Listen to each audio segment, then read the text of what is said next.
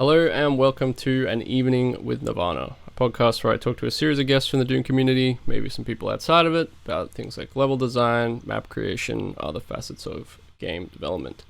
With me today, I have Bridgeburner, who you may know from one of his many Doom-related pursuits, perhaps his highly detailed line count busting behemoths from the Slaughter Spectrum, Bastion of Chaos, or the upcoming Elementalism. Maybe you know him for his community presence as a Doomworld moderator, his Discord, the Hellforge, or his many community projects.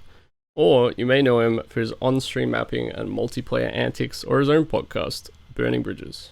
However you know him, you know he lifts heavy things. Welcome, Bridgeburner. How are you this evening? How's it going? I am actually quite tired because it is almost midnight. Yeah. And it's amused me how, our time zones are pretty damn close, but how tricky it's been to line this up.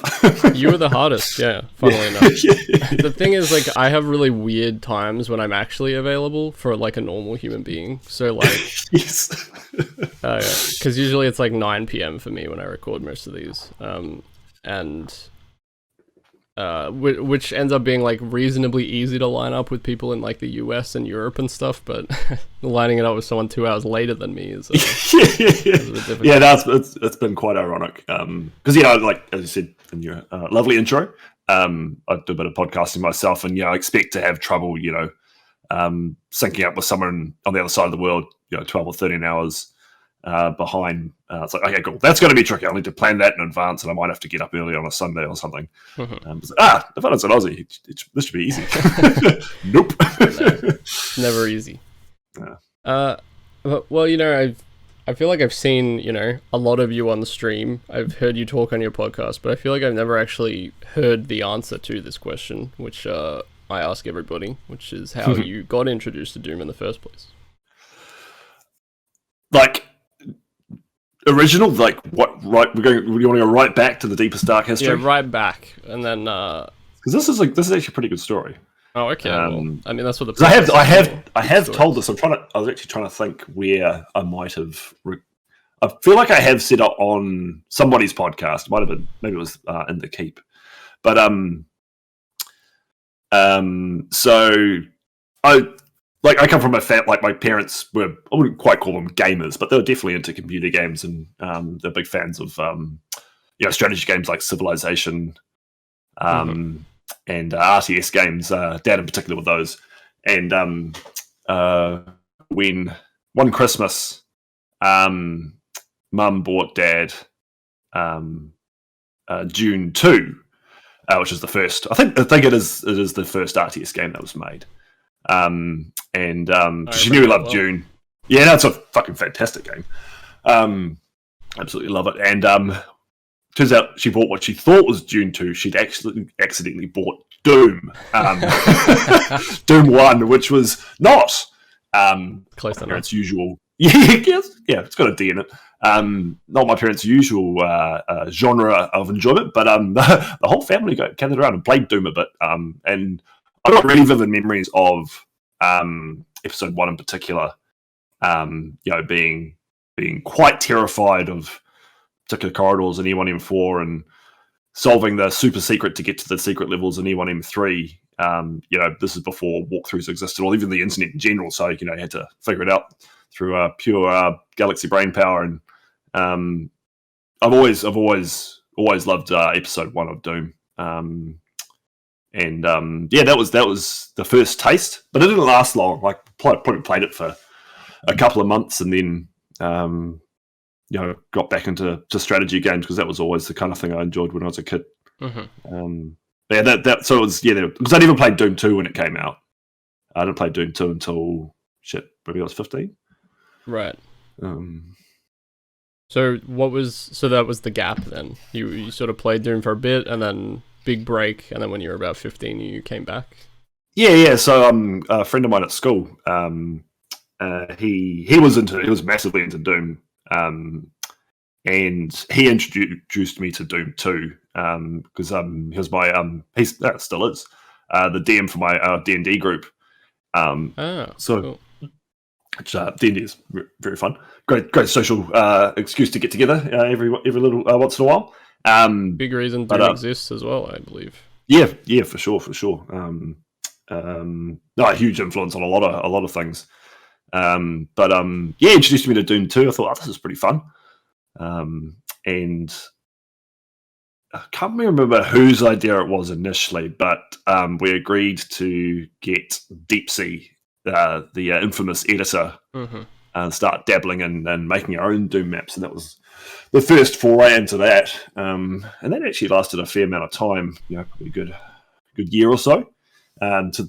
Went well enough that we actually fucking bought, paid real money dollars for the full version of DeepSea, because I remember this, because I used Doomcad 95, which is even shittier than DeepSea, and I remember finding out about DeepSea and trying to get it, and then there was like realizing you needed like a paid version to access everything, and being really fucking pissed. That was so like, because the shareware version, it limited you to 800 lines and 1200 side defs. So you could make three maps in a wad. Like it was so mean. I think this is your supervillain origin story. Like you were so limited by DeepSea's line def count that you ended up making maps with like 50,000 lines in them just to get back.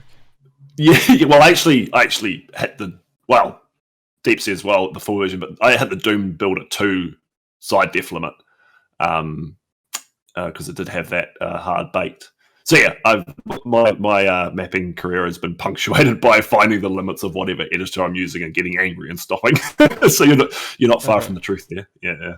But the best thing about the DeepSea full version is we paid the $15 or whatever it was to get it, and it came in the mail on a floppy disk. Like, hell yeah, brother. Can't buy a carrier pigeon, old school. Yeah, but it was the best editor at the time. And really set the standard for that, the Doom Builder wireframe look that we're so used to now. I think the whole reason I checked it out was because I'd heard you could do deep water in it, and I really wanted to know how to do that. Yes, you could do that. Something like that. But what I didn't really, because I didn't understand self-referencing sectors in vanilla or whatever, so I used to look at TNT and Plutonia like it was fucking witchcraft. I could not figure out how they did any of this stuff.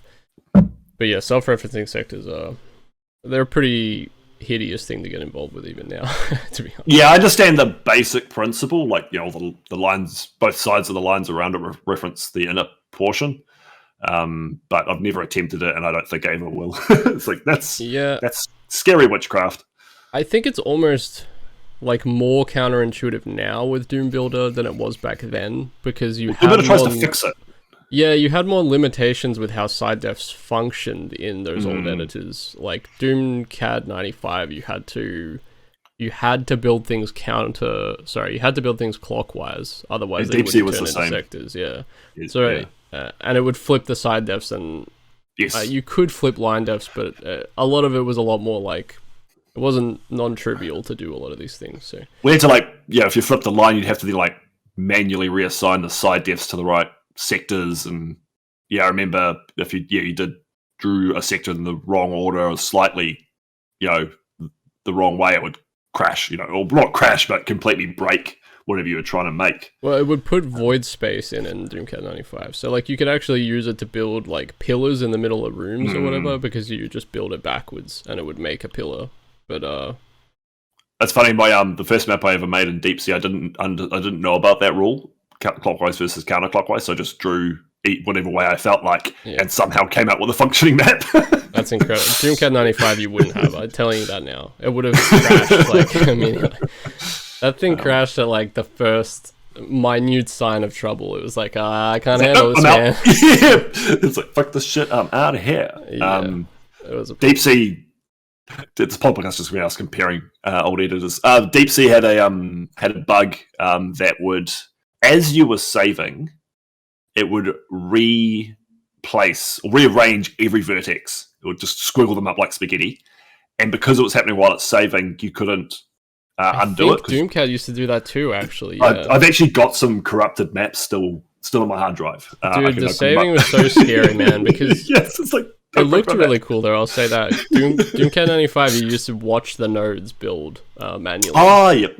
And it took fucking forever. Like, if you built a big map, it could take like upwards of an hour on our old PC to save. Quite compiling. Yeah, so you would just sit there waiting for this thing, and if it crashed, you'd have to do the whole thing again. So yeah, it was awful. So that we stuck with it. I talk about this all the time on this podcast. Like, it inevitably like comes up because we always talk about our old editors or whatever. But the kids these days don't know how lucky they are. You know, coming in, you got fucking Ultimate Doom Builder and DBX and shit. When you come in now, it's so easy. Oh, and it's not just quote unquote just, but that they're great editors, but they're actively maintained as well. Yeah. I will always forever sing the praises of the Ultimate Doom Builder dev team, Boris in particular, for just being absolute fucking stalwarts, constantly fixing things and improving the features and interacting with feedback and whatnot. Like, it is the service is exquisite. Yep, definitely. Always gone directly through GitHub and the proper process to record bugs, obviously. I'm naughty. I just go yell at Boris in the Discord. Yeah, I think that's how everyone is doing it, which I'm sure he loves. But yeah. So you got DeepSea. Was this like the first modding you'd sort of ever gotten into with games, modding stuff for Doom, or did you do anything for like... Because I know for like Age of Empires and stuff, I used to make custom maps for that and things like that. Did you ever like go into it with other games? Yeah, I did actually. I messed around. I remember messing around with the Red Alert editor. Oh yeah, making custom maps, and you can make custom maps. You definitely could in Civilization 2. I can't remember if Civ 1 had a map editor. But even making custom starting maps for SimCity and stuff like that. I kind of always enjoyed that element of games, of being able to customize things for your own experience. And I think this would have been after I dabbled the Warcraft 3 editor was actually very, very powerful. Mm-hmm. And it's where Dota came from. It was an incredible editor. And I actually made a Doom mod for Warcraft 3, which was pretty fun. You could two races of humans, the UAC versus the demons kind of thing. I actually got to the point where played a few games online with it, and people seemed to enjoy it. Didn't quite end up getting to a polished state, but the ability to edit the properties of various actors was all baked into that. So it was that was a great one to play with. That I had a lot of fun with. But yeah, mostly, I definitely haven't mapped or modded any FPS. But definitely been a strategy in RTS games over the years. Yeah, I think Mega was similar. He started with Warcraft 3, and I think he actually said that he basically learned programming from it and got his first job because of Warcraft. Oh wow! That was a program. Yeah, it was a very impressive editor. The things you could do in that were pretty wild, actually. Yeah, I mean Dota. I'm a big Dota 2 fan, so it's a big deal. I have dealt with the horrors of Dota 2. You're braver than most mortals. It's very high highs and very low lows is how I usually describe it. Extreme emotional states. Yeah, exactly. I can imagine. You gotta be prepared for anything. So once again, I bow to the Doom Wiki for my info here. And it lists Droid Mapping 6 as your first released map, but I was under the impression you'd worked in Boom a little bit before this and done some stuff. No, so Droid Mapping 6 was, is correct. It's the first release map. I had not worked on anything Boom until Dying Camel's Demons 3. But I had, when I first started mapping, my first foray was vanilla. But I jumped to Doom and Hexen pretty quickly, probably second map. So I was always looking at that kind of quote unquote advanced port stuff. Whenever I was doing my mapping, fiddling around with things, I was always interested in what cool shit can I do that's kind of outside of the base. The base game of Doom. And I remember because when we got the DeepSea, you always shared it around because it was a floppy disk. You just you friend can have this, you friend can have it, you friend can have it. Passed it around our group, and there's me and two others in particular did dabble for it. And I remember one of my mates, because he was much more into coding, and then started playing with ACS, and he made this fountain of was spawning the pilot Gibbs in this big ring. And it was like, look what I can go. I was like, holy shit, this is Doom. Like, amazing. Like, you can just spawn projectiles and fling them and like do wild loops and all this kind of stuff. And I was like, ooh, that looks like fun. So I completely bypassed, I guess like the quote unquote traditional formats. Dying Candles Demons 3 was my first foray into boom mapping. Interesting. Which actually I do enjoy mapping for boom. It's a different thing. You got that elegant simplicity. Vanilla is frustrating. I'm not going to lie. Boom does require a different mindset, to GzDoom UDMF, but you can still build, quite grand. Well, fucking Sunder, or Rubik's, or your own work. You can build those grand structures quite easily, and the big fights. So, maybe in a different life, I would have had Boom as my primary port, or at least more work in it, because I have enjoyed my attempts at that particular format. So you Joy Mapping 6 was like the first major thing that you worked on and released? It's definitely I feel like I remember seeing you building other stuff before that. Yeah. I'm just cutting my. Yeah, I definitely remember like watching you on stream building things previous to that project. I was fairly sure. But... I had so Joy of Mapping 6 was December 2018. Was when the mapping was happening. Mm-hmm. I'm pretty sure I did my first stream that November. So yeah, if you were sharp-eyed, you would have caught a couple of streams. So prior to that, I started. So what happened was, before we started recording, we're talking about Doom tubers, and the people back then who were making some YouTube content, and the streamers like your 42%. Mega Blast was going strong then. Yourself was streaming a bit. Loveless, quite a few names that you don't see around anymore, unfortunately. But I saw that, found this this kind of community of people still playing Doom and playing new content, new maps, and all. I was like, shit, this stuff looks really cool. And then I used to inhabit Doomworld, not as a member, but I used to read new stuff quite religiously and play the reviewed WODs through that. Fuck, that would have been back in 2002, 2003, somewhere around there. Oh wow, very old.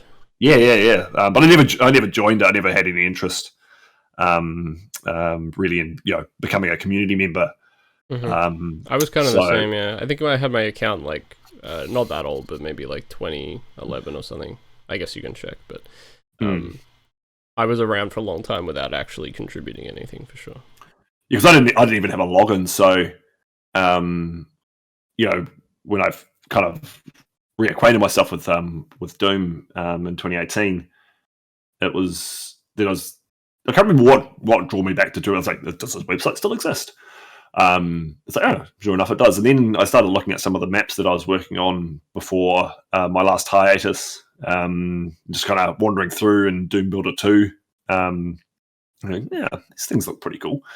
Dug up some old screenshots and chucked them on one of the share pictures threads in Doomworld just to see what people thought, kind of thing, and got a little bit of positive feedback. It's like, maybe I should, maybe I can get back into this. Maybe this is something to kind of resurrect. So I'd always had this. I've always been one of those mappers that people tell them you shouldn't think like this, but really driven to make a megawatt.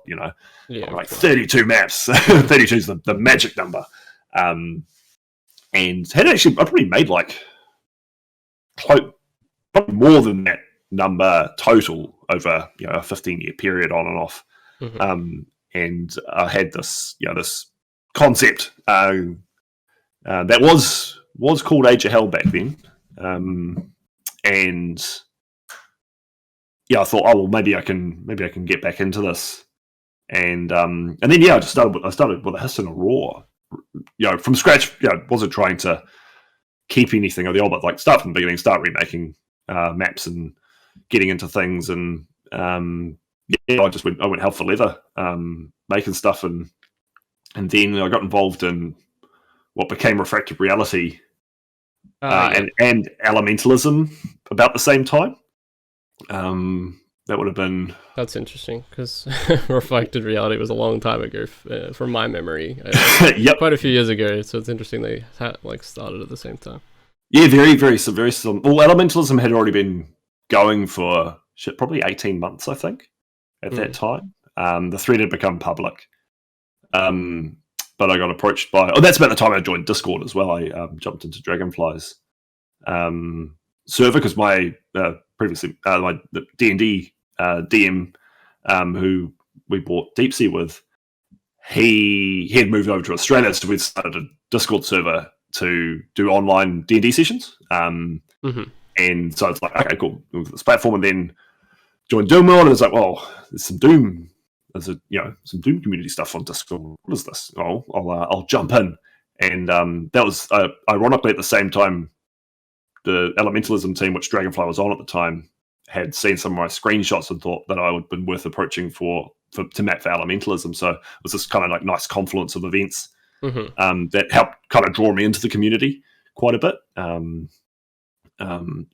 So yeah, there was a lot of mapping happening in that year, but getting back to the original question or point was, it culminated in Joy of Mapping 6 as my first release. So by the time I came to actually making that, I was feeling pretty confident as a mapper, conceptually, but had never actually put anything out there for people to play.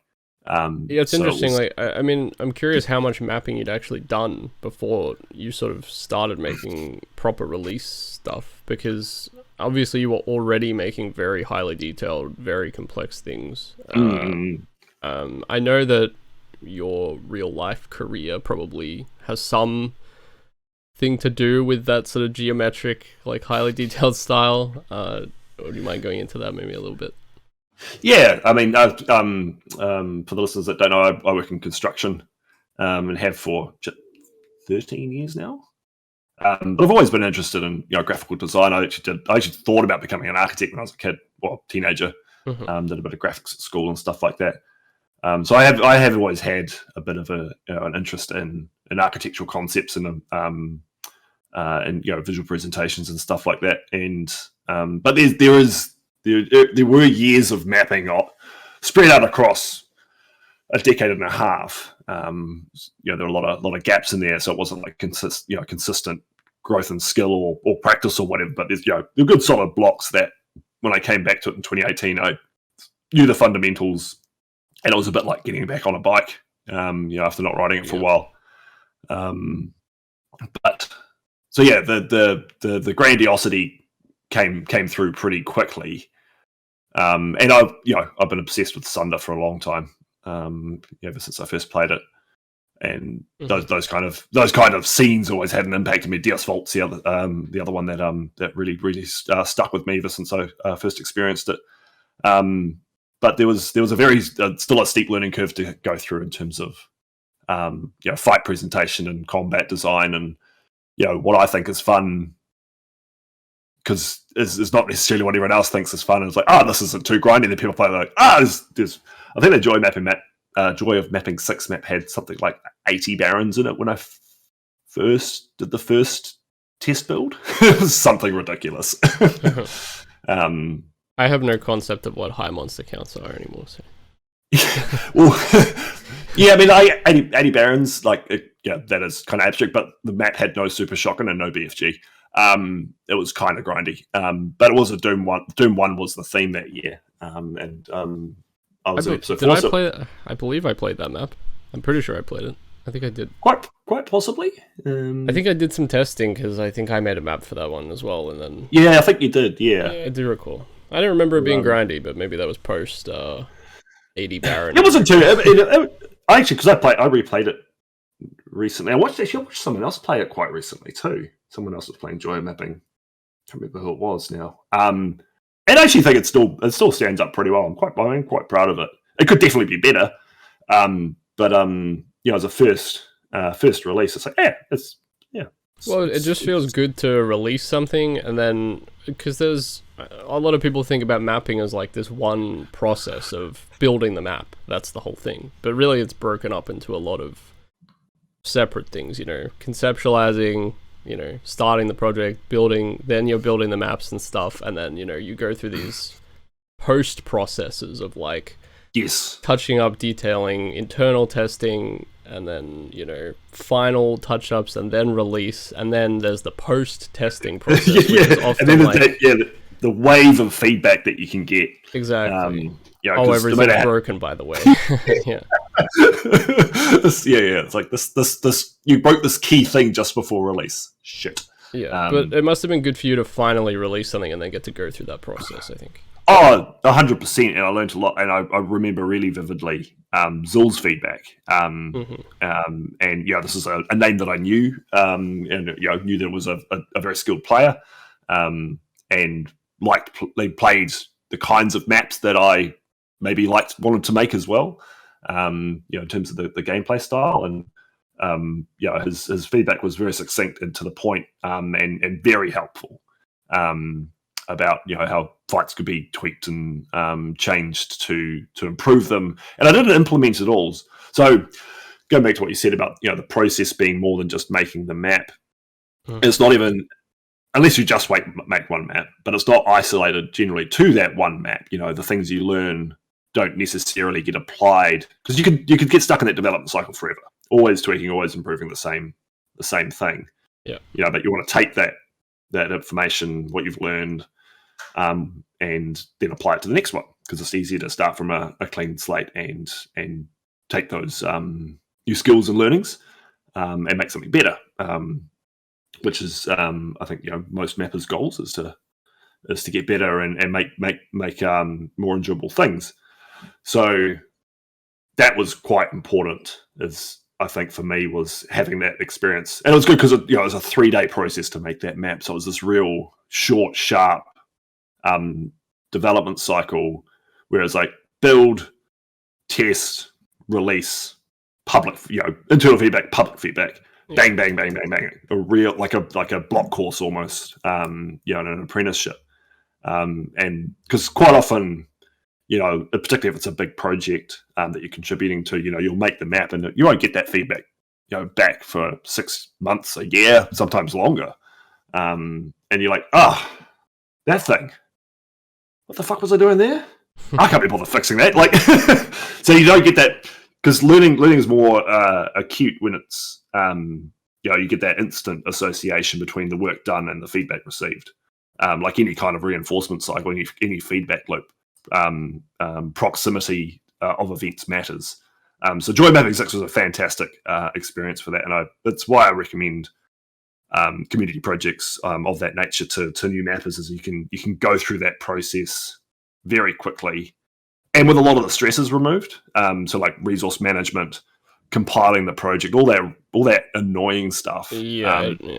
It's all taken out of your hair, and you just focus on the mapping and the feedback and improving. And hopefully Jimmy said he might do one more. Hopefully he does, but then we're getting quite stupidly large. I did talk to him actually for the podcast, and he did seem to indicate that it became a lot of work for him. Yeah, to do there's 72 maps in Joy Mapping 6, I think, which is huge. It's pretty immense. A massive amount. And Jimmy's not going to half-ass anything. He put a lot of care and into the presentation, into the hub systems for the episodes, all that across, making sure it's compatible. He's not going to cut corners. So I can fully understand why he might be drawing a close on that particular thing. The fact that he did it at all, the Doom community owes a huge, I'd say, huge debt to Jimmy for doing that, because it did usher through a lot of mappers. Because it's Jimmy, it wasn't just all noobs. There was plenty of other, there's a good spattering of experienced mappers involved in these. Like Dragonfly's contributed, Boris, UDB Dev, he's made maps for it. There were experts in the group that could help out and teach people. it's a great incubator for beginners. And yeah, no, it definitely helped me. Yeah, for sure. I did sort of put a lot of that forward to Jimmy when I spoke to him just about. I think he was like quite an important like community influence with Joy mapping and various other community project things that he's done. There's a reason he got an ESP. Yeah. So you talked about Sunder as an early influence and Deus Vult. Were they sort of the two main ones for you? And was a lot of that in terms of because of the way you build your maps and the focus on the hyper detail and such, and the heavy line count, obviously. Were you looking at things like Sunder in the editor and trying to figure out how to sort of recreate these types of things? Is that where a lot of this style of yours, do you think, comes from, or is it more you have concepts that you want to create and this is the only way to create them, kind of thing? I actually very, very rarely look at other people's maps and editors. Like to the point where I'm thinking, have I actually ever done it? Like with the purposes of deconstructing what's been done. Interesting. Yeah. And I think because I'm, alluded to, the construction and career and real world architecture, because of the way that I draw inspiration, it's on the final, it's on that holistic presentation, the big picture, I guess. And I'll look at things and I go, that looks fun to make. And then part of the things that I enjoy is figuring out on my own how to bring those concepts to life. With Sunder and Deus Vult, it wasn't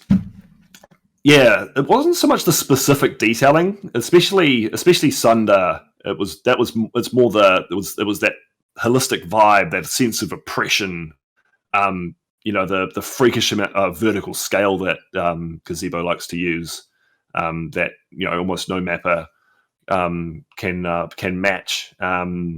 There's something, and very simple color schemes. Like I'm thinking of Pale Monument, which is still one of my favorite Sunder maps of all time. Mm-hmm. It's almost like just 3 textures.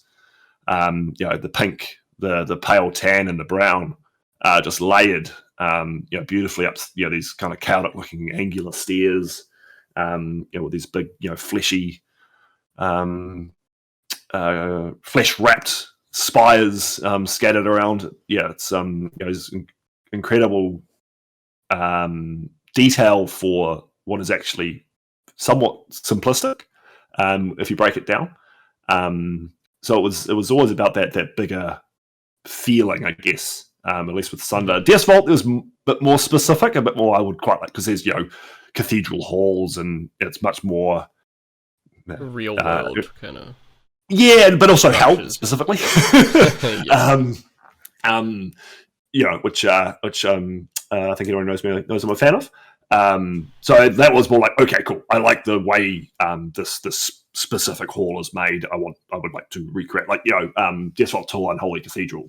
Like, just so much about that map is just right. my stuff. So if I was going to deconstruct something, it might be that. But again, I don't feel. I mean, especially not now. But I've never really felt like I need to burrow into the editor to figure out the how.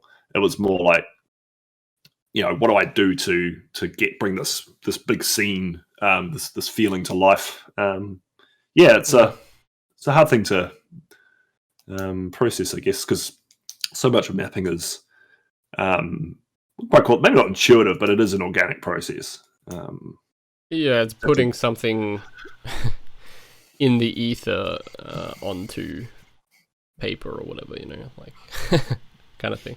Trying to draw out whatever you're of imagining, picturing, and then trying to create it into something like 3-dimensional is kind of difficult a lot of the time. Yeah, because I find I don't know if you're the same, but if you hold too tightly to what's in your head, you won't be happy. It ends up looking a lot worse. Not even looking worse. It just doesn't look like what you want it to look like. Well, I think at least for me, you try to make it exactly how it is in your head, and if you don't let interesting ideas that crop up naturally in that process take you down interesting paths. Like you try to adhere to strictly to your original goal, then a lot of the time you miss out on like a lot of creative opportunities, I think. Yeah, no, that is true. And I also, the process feels worse as well. It does. I think, yeah, absolutely. you know, you keep like, because you do wander down these creative side tracks and tangents, like, and you just kind of like messing around, then you like go into the 3D mode, like, oh, that's not what I had in my head. What's it doing there? And if you keep trying to force yourself back into that box, you know, it's to the detriment of your work. And particularly with what I'm doing now with a commercial game, there are stricter things that I need to adhere to in terms of the wider scope of what's being built. I've got this area has to have a specific purpose kind of thing. But that organic development is still that flow state that you can reach. That's what we all aspire to. Is just we can just start throwing down lines, and it's almost like the map builds itself. I can't remember what famous sculptor it was, but the marble already contains a statue. They're just revealing it. It might have been Michelangelo. Actually. Oh yeah, I know the quote, but you know the one. I did know the quote. And sometimes mapping feels like that. You're just peeling back the blank canvas to reveal what's underneath. That's I'd say moments of pure joy when you get into that mode, and it's just the map builds itself almost. Sometimes you peel it back and it's a shitty speed map. Sometimes it's Pugas. So obviously we're talking about your large scale projects for the most part at the moment, but when you decide to join 1,000 Lines community project, I can only assume that was a very deliberate exercise for you in like focusing on other elements of design besides sort of the detailing and the visuals. Yeah, because I'm just trying to think. That was before Dying Camels Demons 3. Yeah, so that was essentially the first major foray out of UDMF, certainly for many years. The main reason I did it is because Liberation's a friend. I was like, I'll contribute to your project. But also, well, that was the main reason. There was a reason. But I'm a fan of challenges. And the good thing about 1K lines is it was only 1,000 lines, so there's a limit to ambition. I thought, I can make a map pretty quickly for this. I don't have to sink months of effort into it. And like I said, I made a vanilla map. Tick that box off because I think it's for any kind of long-term mapper, I think it's good to at least make a map in each of the 3 major formats, just to experience it. If you're the kind of person that wants to make a fair few, then it's not a huge time cost, and you might find something that you enjoy more. But it's just a fun thing to do, I think, personally. It was a bit outside the box for me, and it definitely was an experience. I remember trying to make my first lowering floor, and in UDMF you can just set a value. It's like floor lower by this many map units. You just type it into the box and it will move that many. Vanilla actions don't have that. It's like, how do I make this floor go down by 128? Oh, joy, control sectors. It's actually not too bad once you get used to them, but but it was a pain early on. It was a learning curve, and it was just a realization. It's like, these are new things that don't exist in the base engine. Because I think one of the fascinating things about the original code is all of those movement actions were used for specific things in the game. It's like Romero's like, I need to move this by 24 map units. Yeah. Can you code me this up? Bang, here it is. Well, that's why you end up with some like real weird ones, like the donut one. And the fucking donut action. Or the change floor to this and move floor to this exact height and then change the texture. Like weird shit like that. Yeah, it's not very modular. It was a good thing to be exposed to that. I think both in just something fun and challenging, but also I did learn some things that were useful, like control sectors. I hadn't really used them prior to that. There's not a whole lot that I needed them for, but they're still handy in GzDoom UDMF as well, like for making complicated lifts, multi-sector things, and understanding the concept means that even though there's a tool now for 3D floors, understanding how the control sector actions work, the why of what the engine's doing, helps you debug, understand what limitations there are and all that kind of stuff. So it was definitely it was a good process to go through, and it was fun, and the map was decent as well. Yep. And then there were two more. Well, moving to sort of what would be your first major release, I suppose.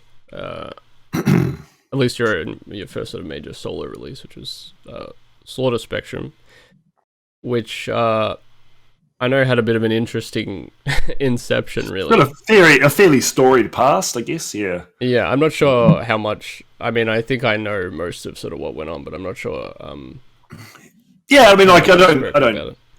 Yeah, I don't think there's a lot of stuff that's not really useful or relevant or even that important these days. And the Doom community is littered with projects with interesting development cycles, shall we say?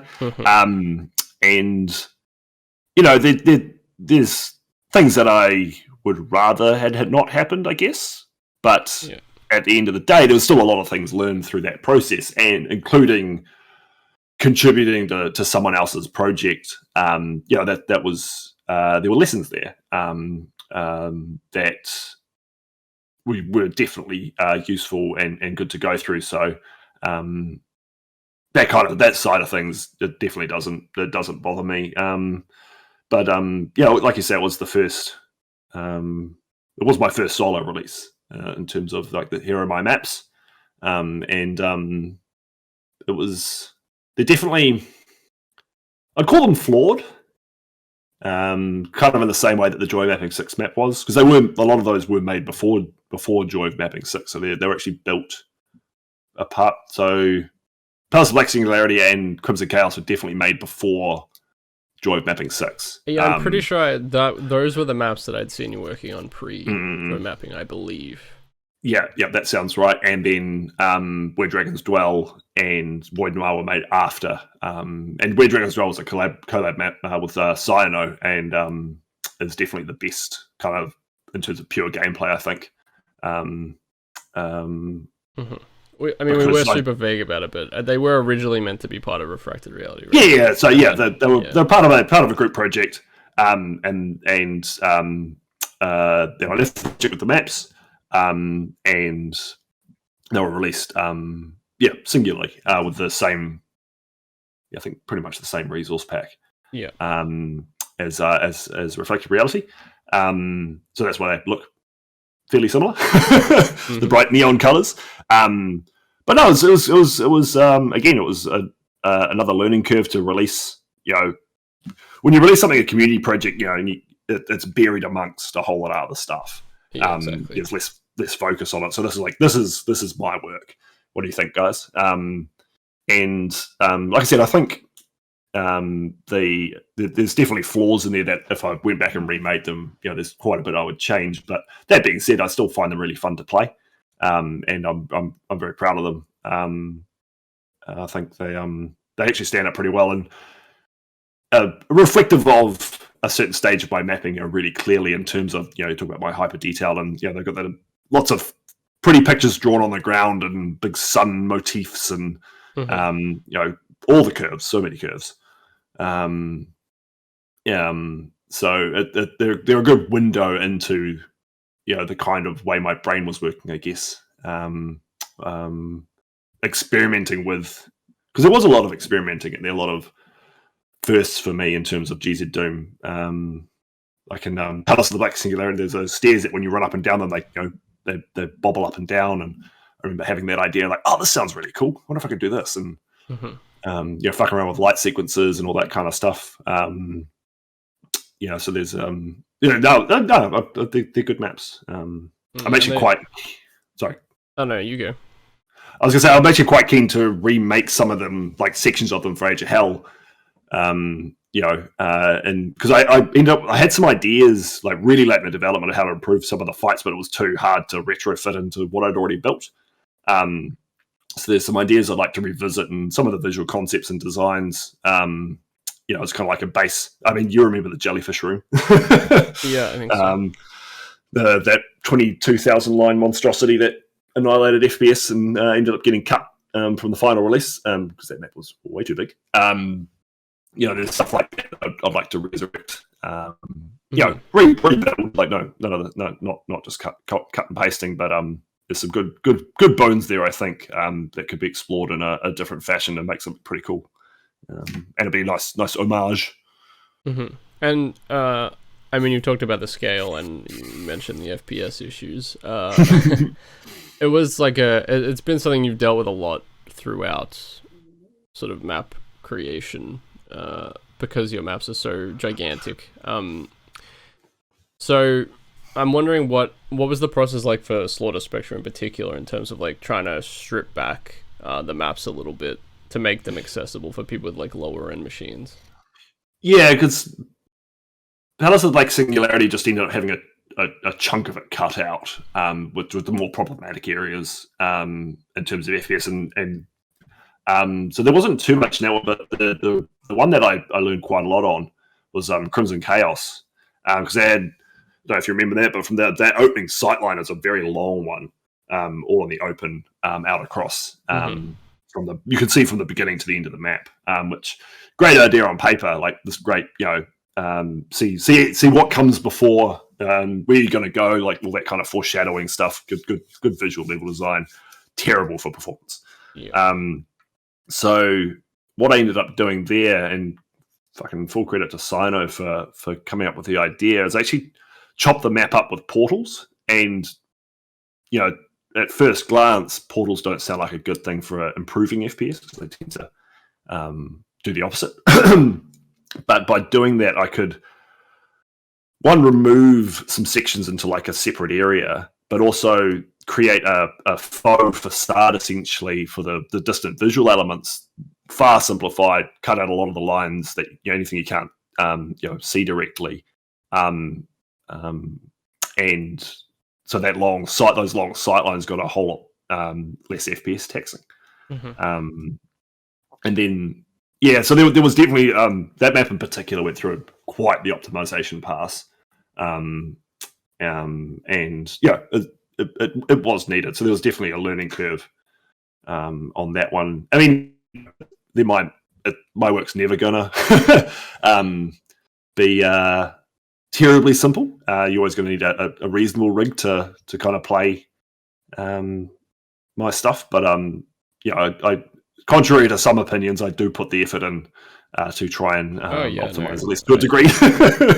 I mean, I can, as someone who's tested a decent amount of your stuff, you tend to take FPS issues into account, and usually, I mean, Bastion of Chaos, didn't you release like was it a Boom compatible version or even a... No, it wasn't Boom, but it was a low spec. Yeah, low spec version, that's right. So I went and blocked off a whole lot of windows, and I think I cut about half the lights out of the map, like decorative dynamic lights. That made a big difference. So that one I had tested on, I think, a 680 GeForce. So a pretty old card, and it was playable. It wasn't like silky smooth, but I thought, it didn't actually take that much effort. It was probably about 4 hours work to make a copy and go through and make that undetailed pass, I guess. Then the hardest thing was any bugs that were reported, I had to fix them in both maps. That was so I deliberately left it to fairly late, like the main had been released and had their first few waves of feedback. I was like, okay, now if there's any bugs, I gotta fucking remember to tweak them in both. There was actually one.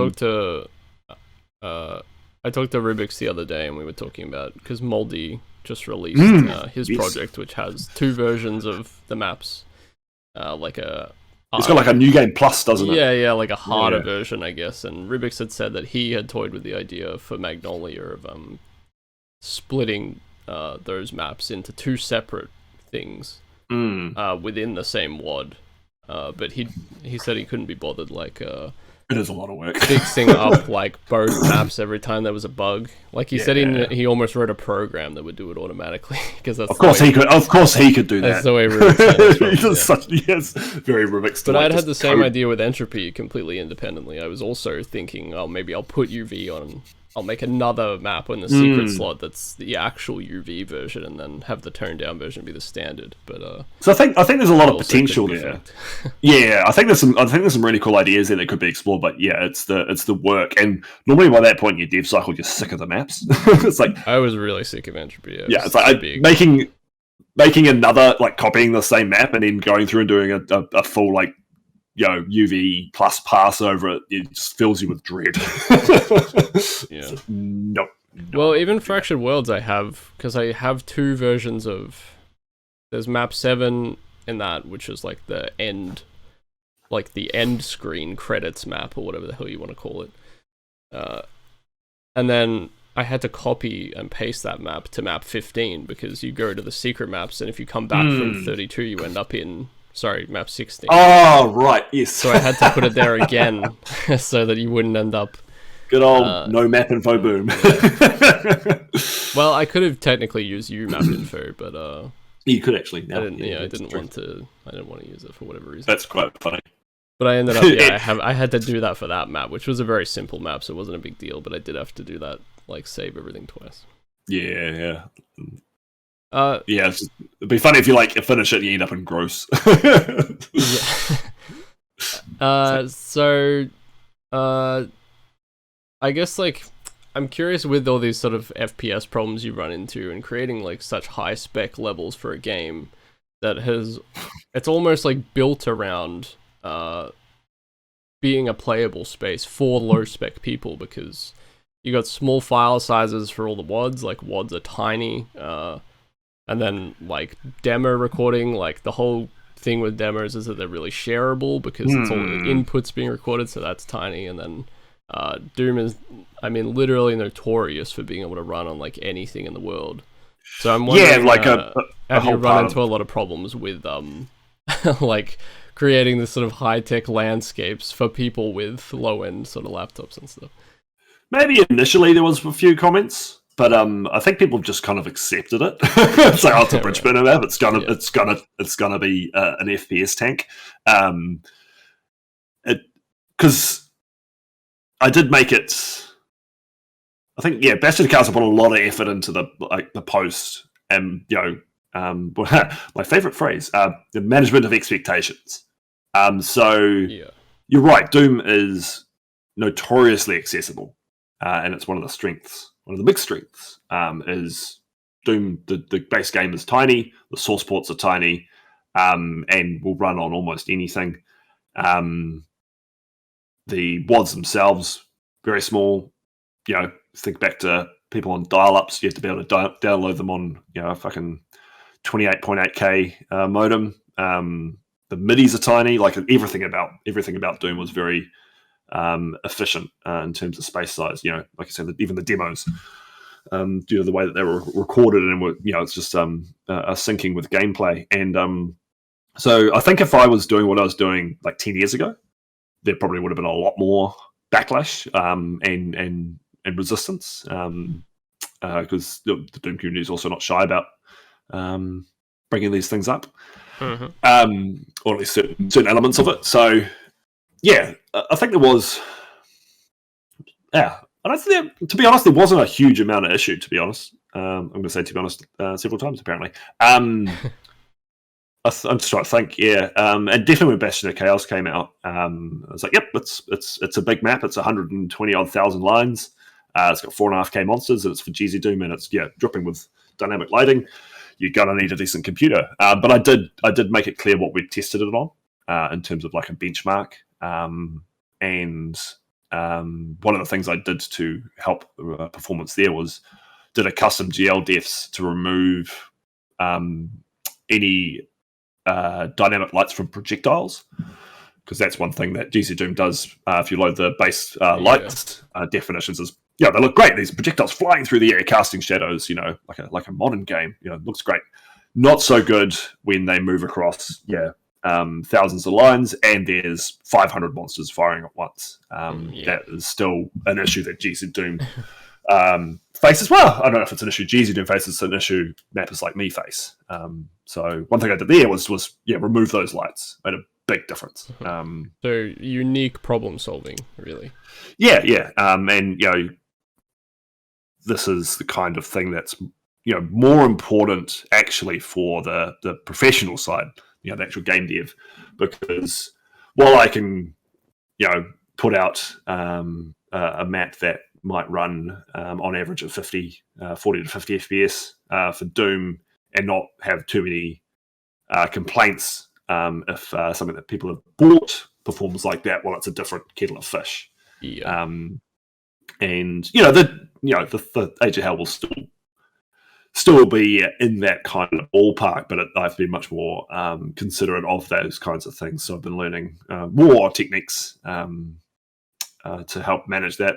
The model export tool that UDB has is very, very handy for that.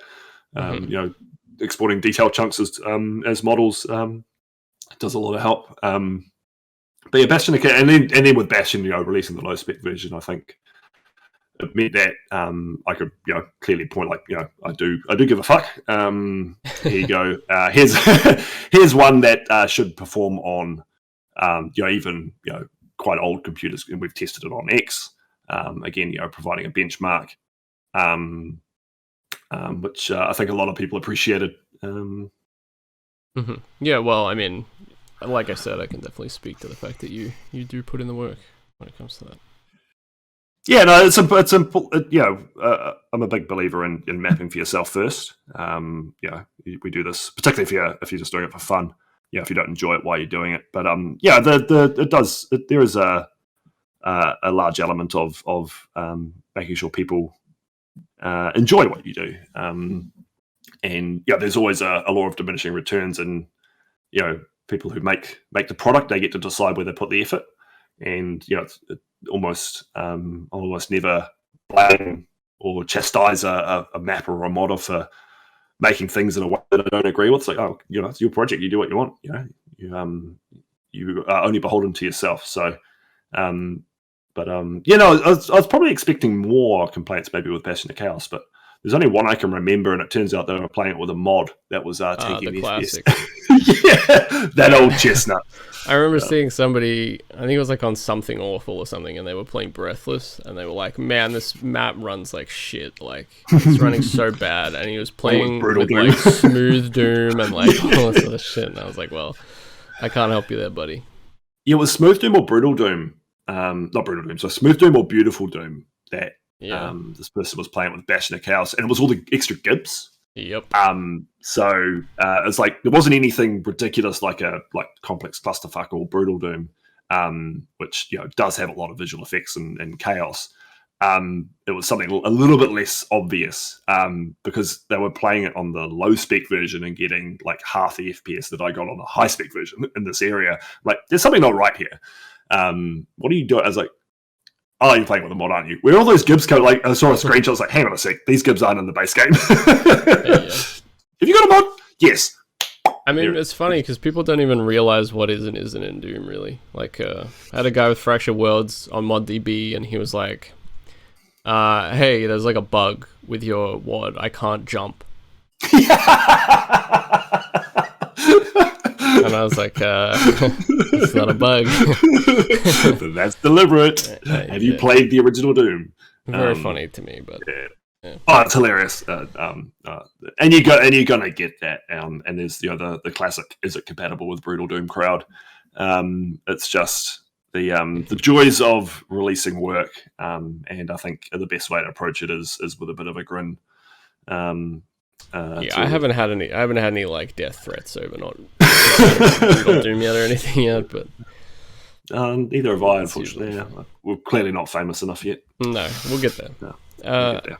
So I suppose in terms of skirting lines, which I touched on a little bit with that sort of the commentary on the FPS, in terms of demographic, I feel like your WODs they're in UDMF format that built for the GzDoom engine, which I would say arguably targets like the more casual players because it's the most accessible in terms of it'll play everything. So I'd agree with that. Yeah, most people download it. But then your gameplay is designed, at least at the higher end for like UV difficulty standards, is for more hardcore players for the most part. Things like Bastion of Chaos is like incredibly hard on UV. Have you found problems sort of attempting to bring these two audiences together, or like, do you find that placating one hurts the experience for the other kind of thing? No, not really, because there's been, and yeah, I'm gonna be a little toot my own horn here a little bit. There's been a resurgence, well, not even a resurgence, kind of bit of a redefinition of, I guess, slaughter maps of that style. The GzDoom specific stuff, because it was always viewed, and I think based on some truths, that GzDoom was not good for slaughter. Particularly some of the older versions, like kind of pre 3.6. It was less suited for that kind of thing. But also the mappers who are working in GzDoom weren't interested in making those maps. Like you say, the hardcore slaughter crowd does really hard, big maps. They're definitely more of the boom crowd, not quite purists, but definitely more old school in their sensibilities. But I'd always, again, with the Sunder and the DS Vault kind of heavy influences, I'd always liked that concept of the swarm, the hordes of hell. And it's something that no other FPS really does, is, can have literal thousands of enemies to fight. Even things like Serious Sam don't get up to those kinds of numbers. And certainly nothing modern gets anywhere near it. Yeah. And so I always like that kind of gameplay concept. Big piles of demons to go blast into tiny chunks. And then it was just like, because I mapped for so long by my just beavering away in my own head almost, on and off and dabbling, and I wasn't exposed to any of those kind of preconceived notions. So when or not even preconceived, just these I guess almost immutable facts. Going back, if you go back far enough.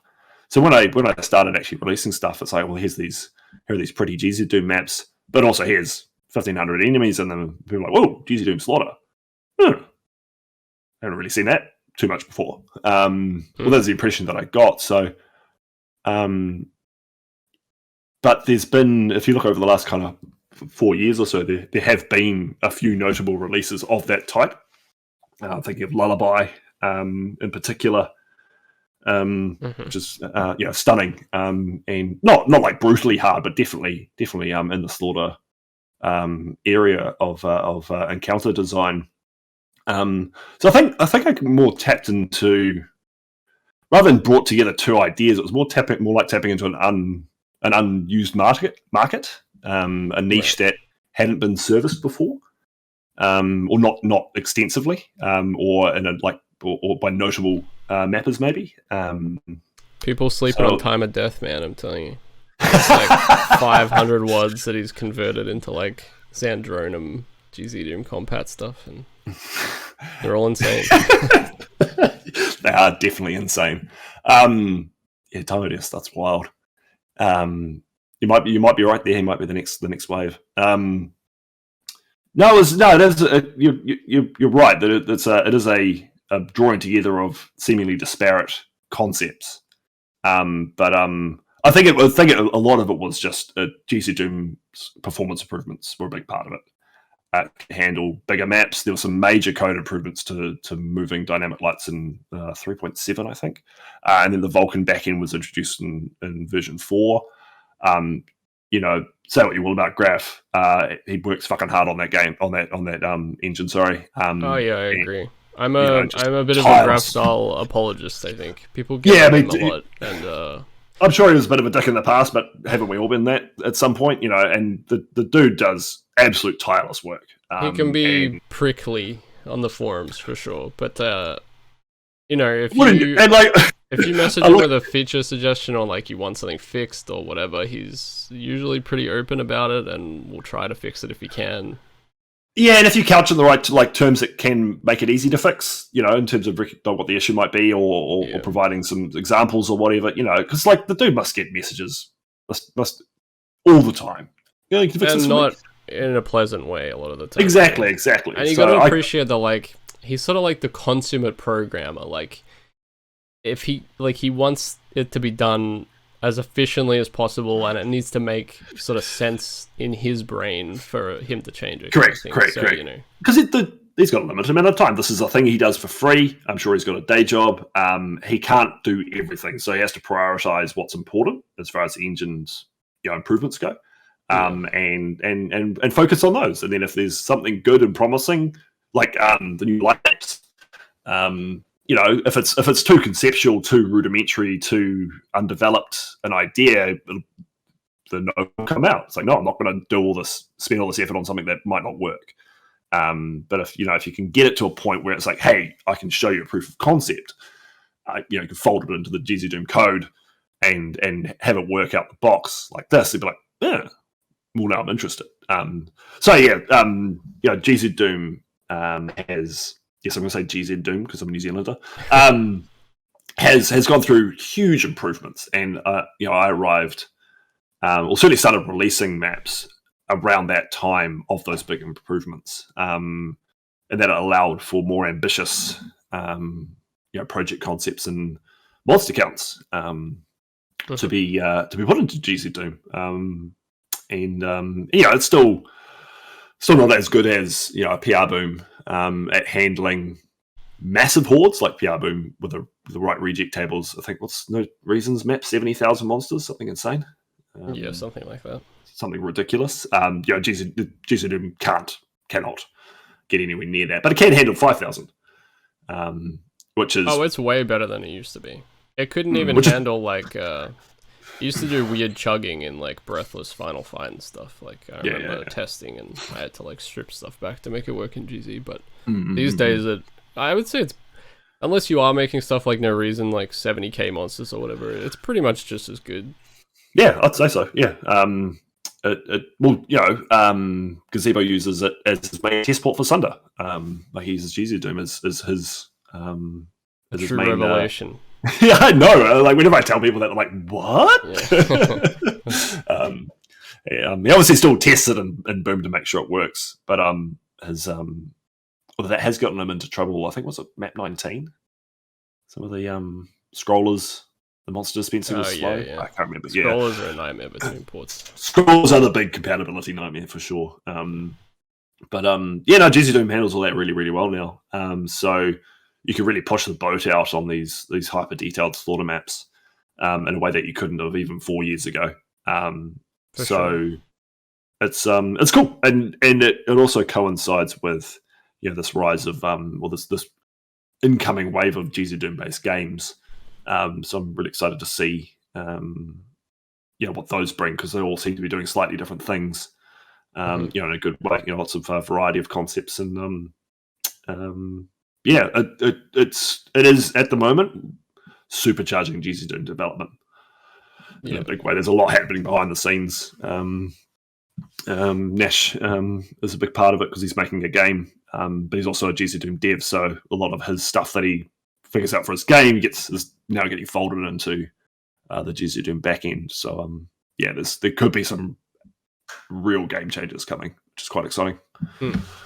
Speaking of big GzDoom slaughter projects, Bastion of Chaos, was that always constructed with the idea of it being a solo release, or was it going to be part of one of your other projects at any stage? So both. So I wanted to, because I hadn't released anything since Slaughter Spectrum, which was 2019. And this was in 2020. So I want to make a map.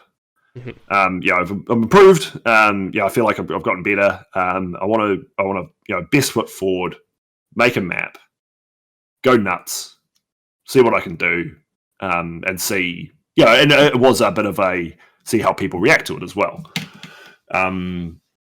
So I sat down, I think it was March, I started it, 2020, and dedicated, like, I'm just going to work on this and nothing else.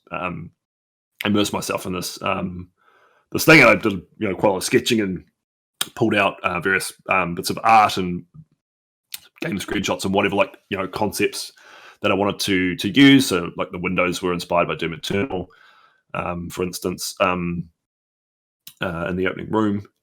So I planned it quite heavily, but I also wanted to not pull time away from my larger ambitions, which is Age of Hell. So it was going to be also a proof of concept for that, and I had always planned, if it went well, for that to also then be converted into an Age of Hell map. That's how I could justify to myself the time spent making a single Doom map, and nothing, and because I think it was about 3-4 months build time, Right. all up, hundreds of hours. It was a lot of work. So yeah, it was both. It was both. But originally, primarily, its first purpose was it was a single standalone entity, large as it is. Mm-hmm. And how much like planning was involved with like a map like Bastion of Chaos? Like, how much pre-planning do you do, like on paper or whatever it might be, or like, are there points where you are simply just drawing lines and seeing where they take you, or do you nearly always sort of pre-plan? Yeah, so I do. By that point, I was pretty heavy into. I mean, I've always enjoyed sketching map ideas and little concepts and stuff. Good thing to do in boring meetings. Yeah.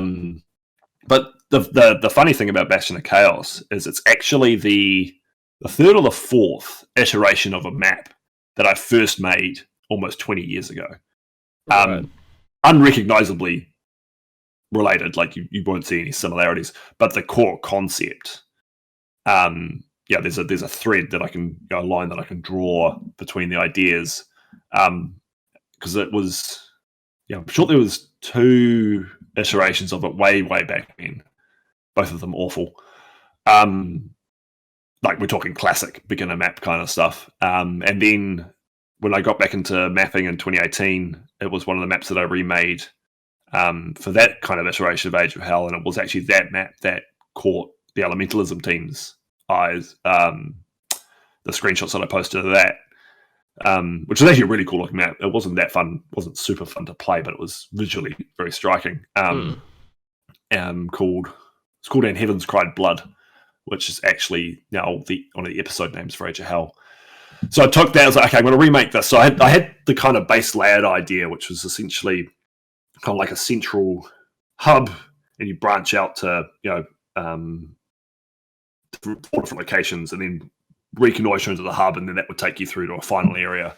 So I re-sketched it again, with a much more kind of organic.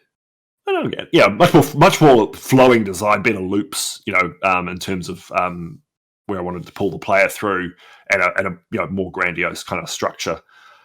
And then I did gather up some concept art essentially to use. So that's the starting kind of circular room that you start in. That was based on, I have no idea where it came from, but it was a particular piece of art that I had saved. I was like, cool, that's what I'm going to use to start. And the sigil on the ground that I drew, that was pulled straight from that, and the columns around the ring. Mm-hmm. And then I started folding in some Doom Eternal inspired stuff, like the stair design and the windows. So a lot of the map was quite heavily planned in terms of the broad layouts. But then when I started, it was all driven by specific visual concepts and ideas that I wanted to play with. And then it was just a case of throwing down lines and kind of seeing where they went. I did have like some fight ideas in my head. So like the plasma rifle pit, that idea was there from when I started sketching that iteration. So I always had this idea of this pit where you dropped into it and fought and grabbed a weapon and then kind of came out of it and kept fighting. the super shotgun path, that one did not end up the way that I planned it. I had more of like a labyrinth kind of design in my head where you wove in and out of various pillars and stuff. That ended up quite different. That area I actually struggled with more than most in the map in terms of finishing it off. I kept like doing a bit of work there and going away and coming back to it, and not happy with that. Yeah, that happens. Because the other thing I wanted to fold in, because one of the criticisms, that others and myself have had with Solar Spectrum is it's very symmetrical. I love my symmetry, particularly my radial symmetry, and I never won't love that. Won't not that. Yeah, it'll always good. Always be a thing I love. Yeah, you know where I'm going. How many double negatives do I need to put in there? But yeah, that to the point, like it was, affected the layout, particularly Palace of Black Singularity. It was detrimental in a lot of ways. So one thing I wanted to get away from was that. And you mentioned at this point, touched on it briefly, but Bloodwire Keep for Dying Campbell's Demons 3. That was actually a real watershed moment, a bit of a paradigm shift. Because there was kind of like 1K lines, there was a set parameter that limited ambition. It was a 5120 by 5120 play space and 500 monsters, with the stipulations of the community project. And it's like, cool, it's another one like, cool, there's a limit to how wild I can go. It's a new port that I haven't made a map in, so yeah, that sounds like fun. And looking at the mapping team, there's some cool people on there. Dubs was helping host it, and Tara was making the map. Arlene was in there, and hosted by Dying Camel was the kind of overarching personality. And Benjigami was in there. Yeah, there's some good mappers. MTX, cool little mapping group. It was a lot of fun, and it was using the original Doom textures. So we had the Doom 1 textures folded in there as well. So a simple texture pack, boom. So it's very, a very attractive idea. I actually fully blocked that out because there's a limited space. I wanted to make sure I had room for all my ideas. So I did pre-texturing. Yeah, pre-texturing. Yeah. Mm-hmm. So I did a sketch and then used that for a block out, which I generally never do. But yeah, because of the limited space, I was like, okay, cool, I want to do this thing here, and I've got this thing here, and this thing here, and this thing, kind of like 4 quadrants, 3 specific key fights, coming back to a central point where you could use them all and get into the final area. And that deviated from that heavy symmetry quite a lot. I think, looking back, that was quite an important process for me. I also smashed that map out. I think it only took like 28 hours. It was insane. It was ridiculously quick for. Was in a great headspace for that. So one of the things I want to do with Bastion of Chaos was take that to another step and get away from too much like overarching symmetry and have more different line angles and different view paths and all that stuff. And the map that I had in my head when I was thinking about this was Aurelius's map that was originally for Mapwitch 2, Lumine, which came out at a similar time. Because he's a master of that, of making that beautiful geometry, hyper detailed, but also lots of organic shapes and asymmetry. Yeah, it's exquisite designer. There are a few better. So I was like, okay, I'm quite good at recognizing when a map is not in my wheelhouse in terms of style. So like a Rubik's stuff, like what I love is what he does. It's like I can't do that, so I'm not going to try. And Aurelius is definitely that kind of like, a lot of the stuff is like, I can't do this without a huge amount of retro engineering. And it feels like not a good use of time, so I'm not going to try. I'm going to focus on what I can do. But there were some elements in there that I was like, I'm just going to pull a couple of threads and see if I can tie this into my design. And there were times where it was a bit of a struggle, where it's like my natural ideas weren't fitting with the kind of shapes that I had to work with. But I learned a lot, and the good thing about a map of that size is there's always something to work on. So while I might not be a good thing, definitely, gelling. I just remember with Entropy, like you talked earlier about having like an area that you couldn't get to work, and I just had areas that like sat there for the whole build time that I Yeah, couldn't fucking decide. Like I hated them for so long, and I mean, eventually the area that I really despised, I ended up liking it a lot. Like it was like one of my favorite parts of the map. But it's a real process of those big maps of like iterating and iterating and iterating until you get to a point where you're like happy with stuff, and then you're so fucking sick of looking at the map at that point that you just want to look at anything else. Yeah, and I think you got to recognize when you're bashing your head against the wall in an unproductive fashion. You do, yeah. It's like and so and this is kind of my process now is I'll go through a map because I build all the geometry first. I do my monster placement after, and that's more than just a block. That's like pretty heavily detailed, lots of finished looking areas, not 100%, but pretty close to it.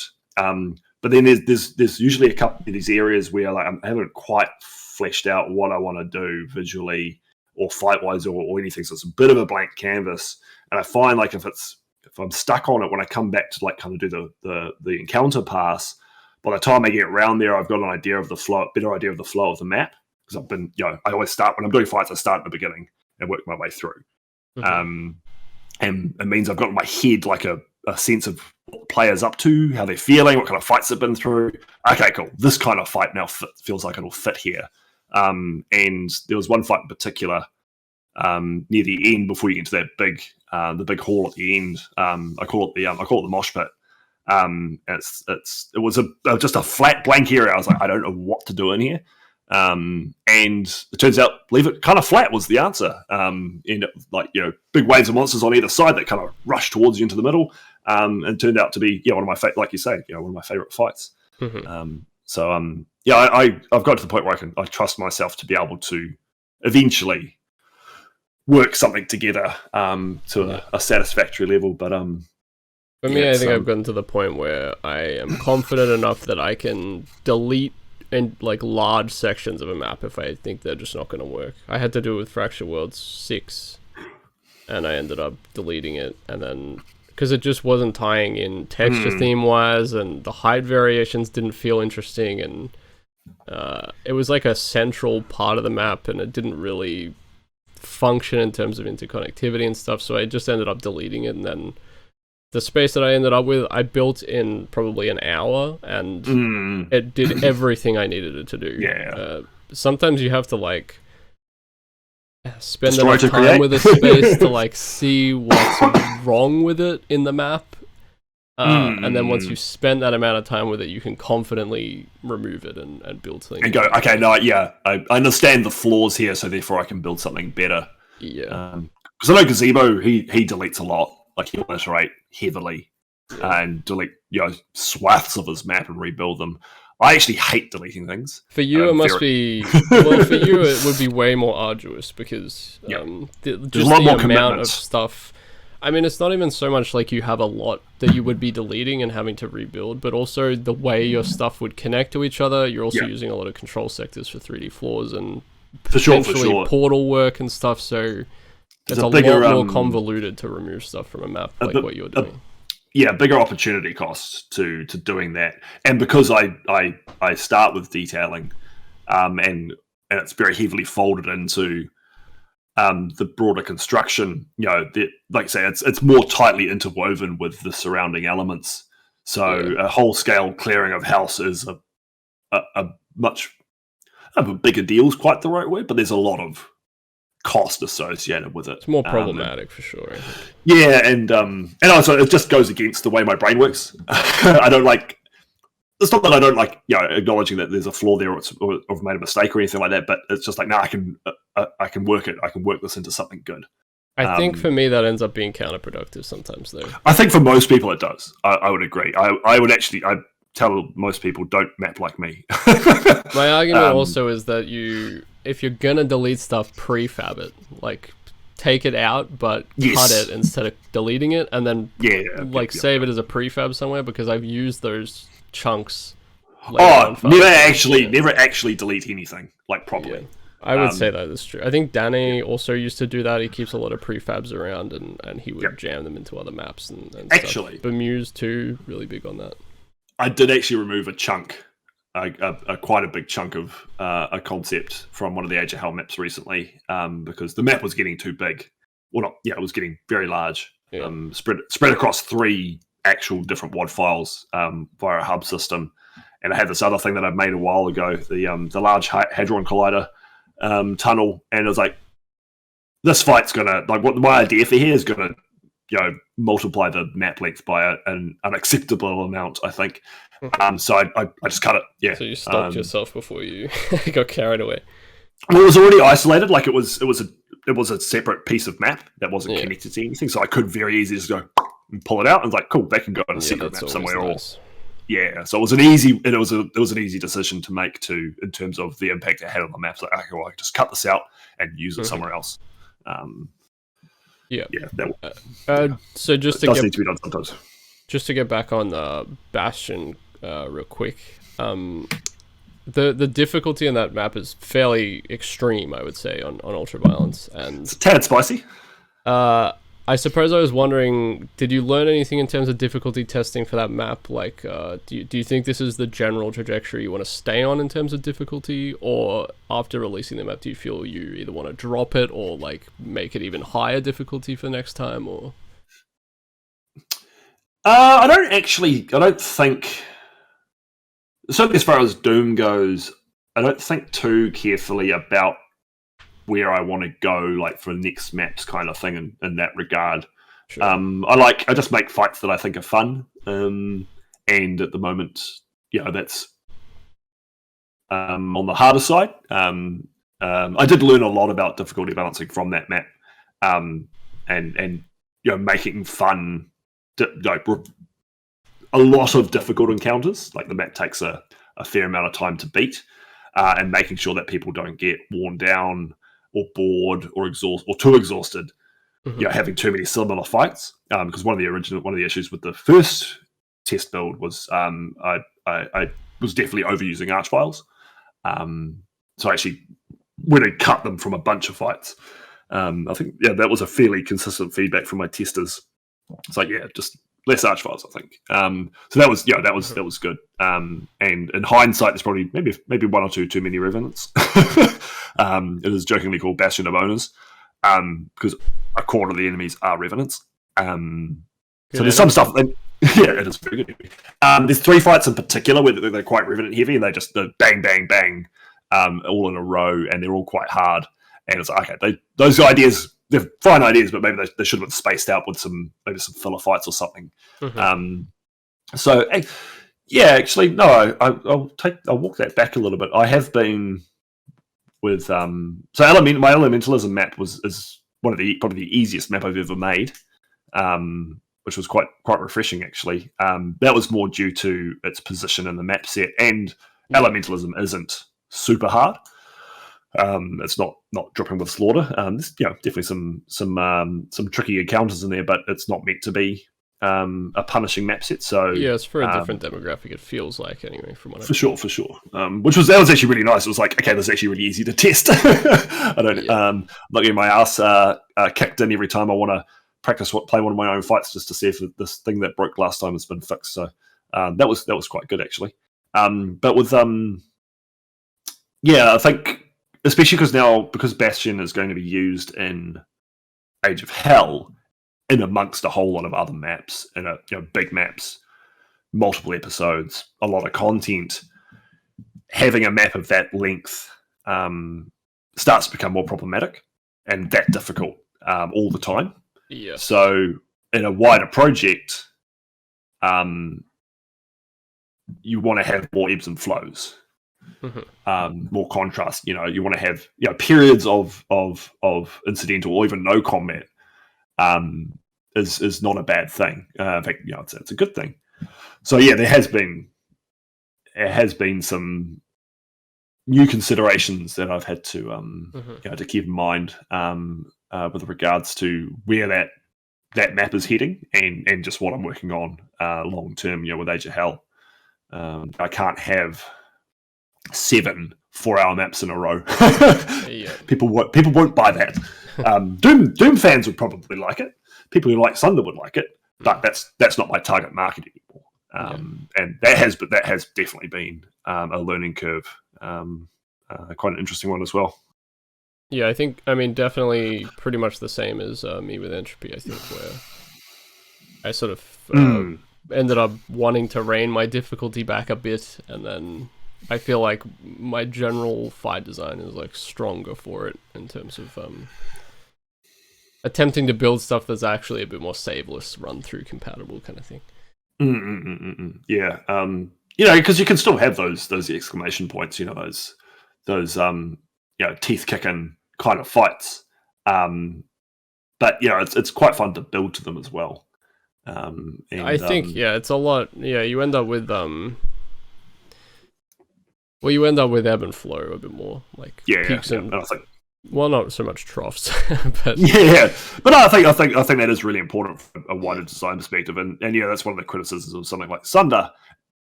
And it's more just a statement of fact with Sunder, because Sunder is a very specific map set with a very specific mindset, and map 19 in particular is exhausting. The new Sunder maps are definitely a lot harder and a lot more back-to-back difficult than and the just original long as well.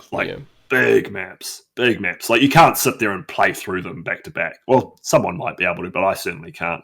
I think there were like moments of quiet in the original Sunder, like Furnace had like the platforming section and a lot of wandering around these large open spaces, which you do get in the newer maps too. But 19 in particular was just like it's a real slugfest.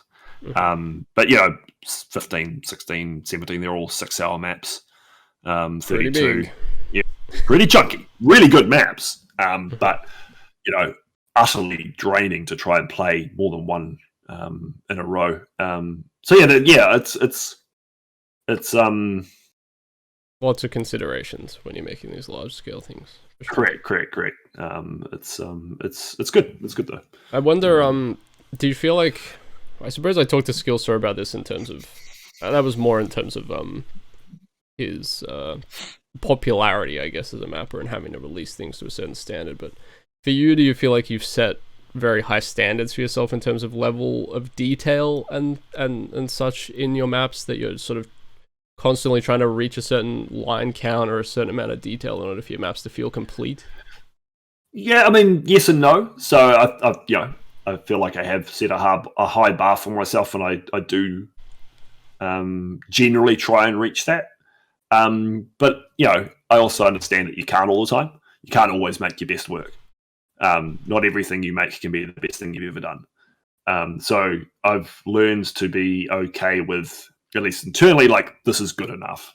And I don't look at, like, I don't aspire to specific map count numbers or anything like that. Although, seeing the numbers go up is amusing and part of the fun.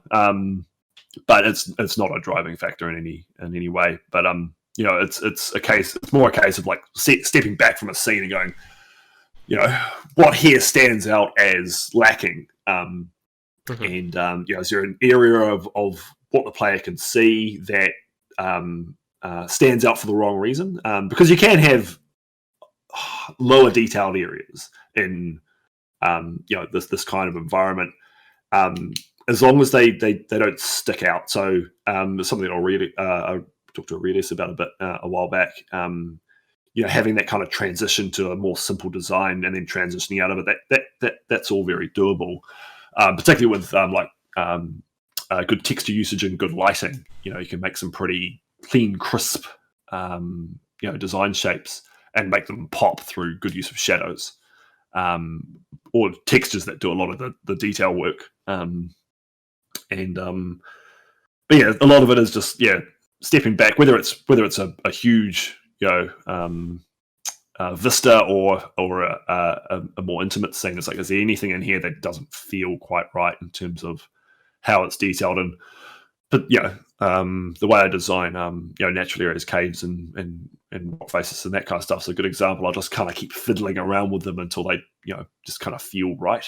It's like, that bit needs maybe a little bit different color there, so I'll change that texture or reshape that rock a little bit and maybe slope that one a little bit less. And I like the way that the light's catching the edge of that one, so we'll leave that one there. And it's eventually I just get to the point. It's like, it's good. I'm happy with this. and then move on. So definitely not set specific goals that are kind of hovering over your head.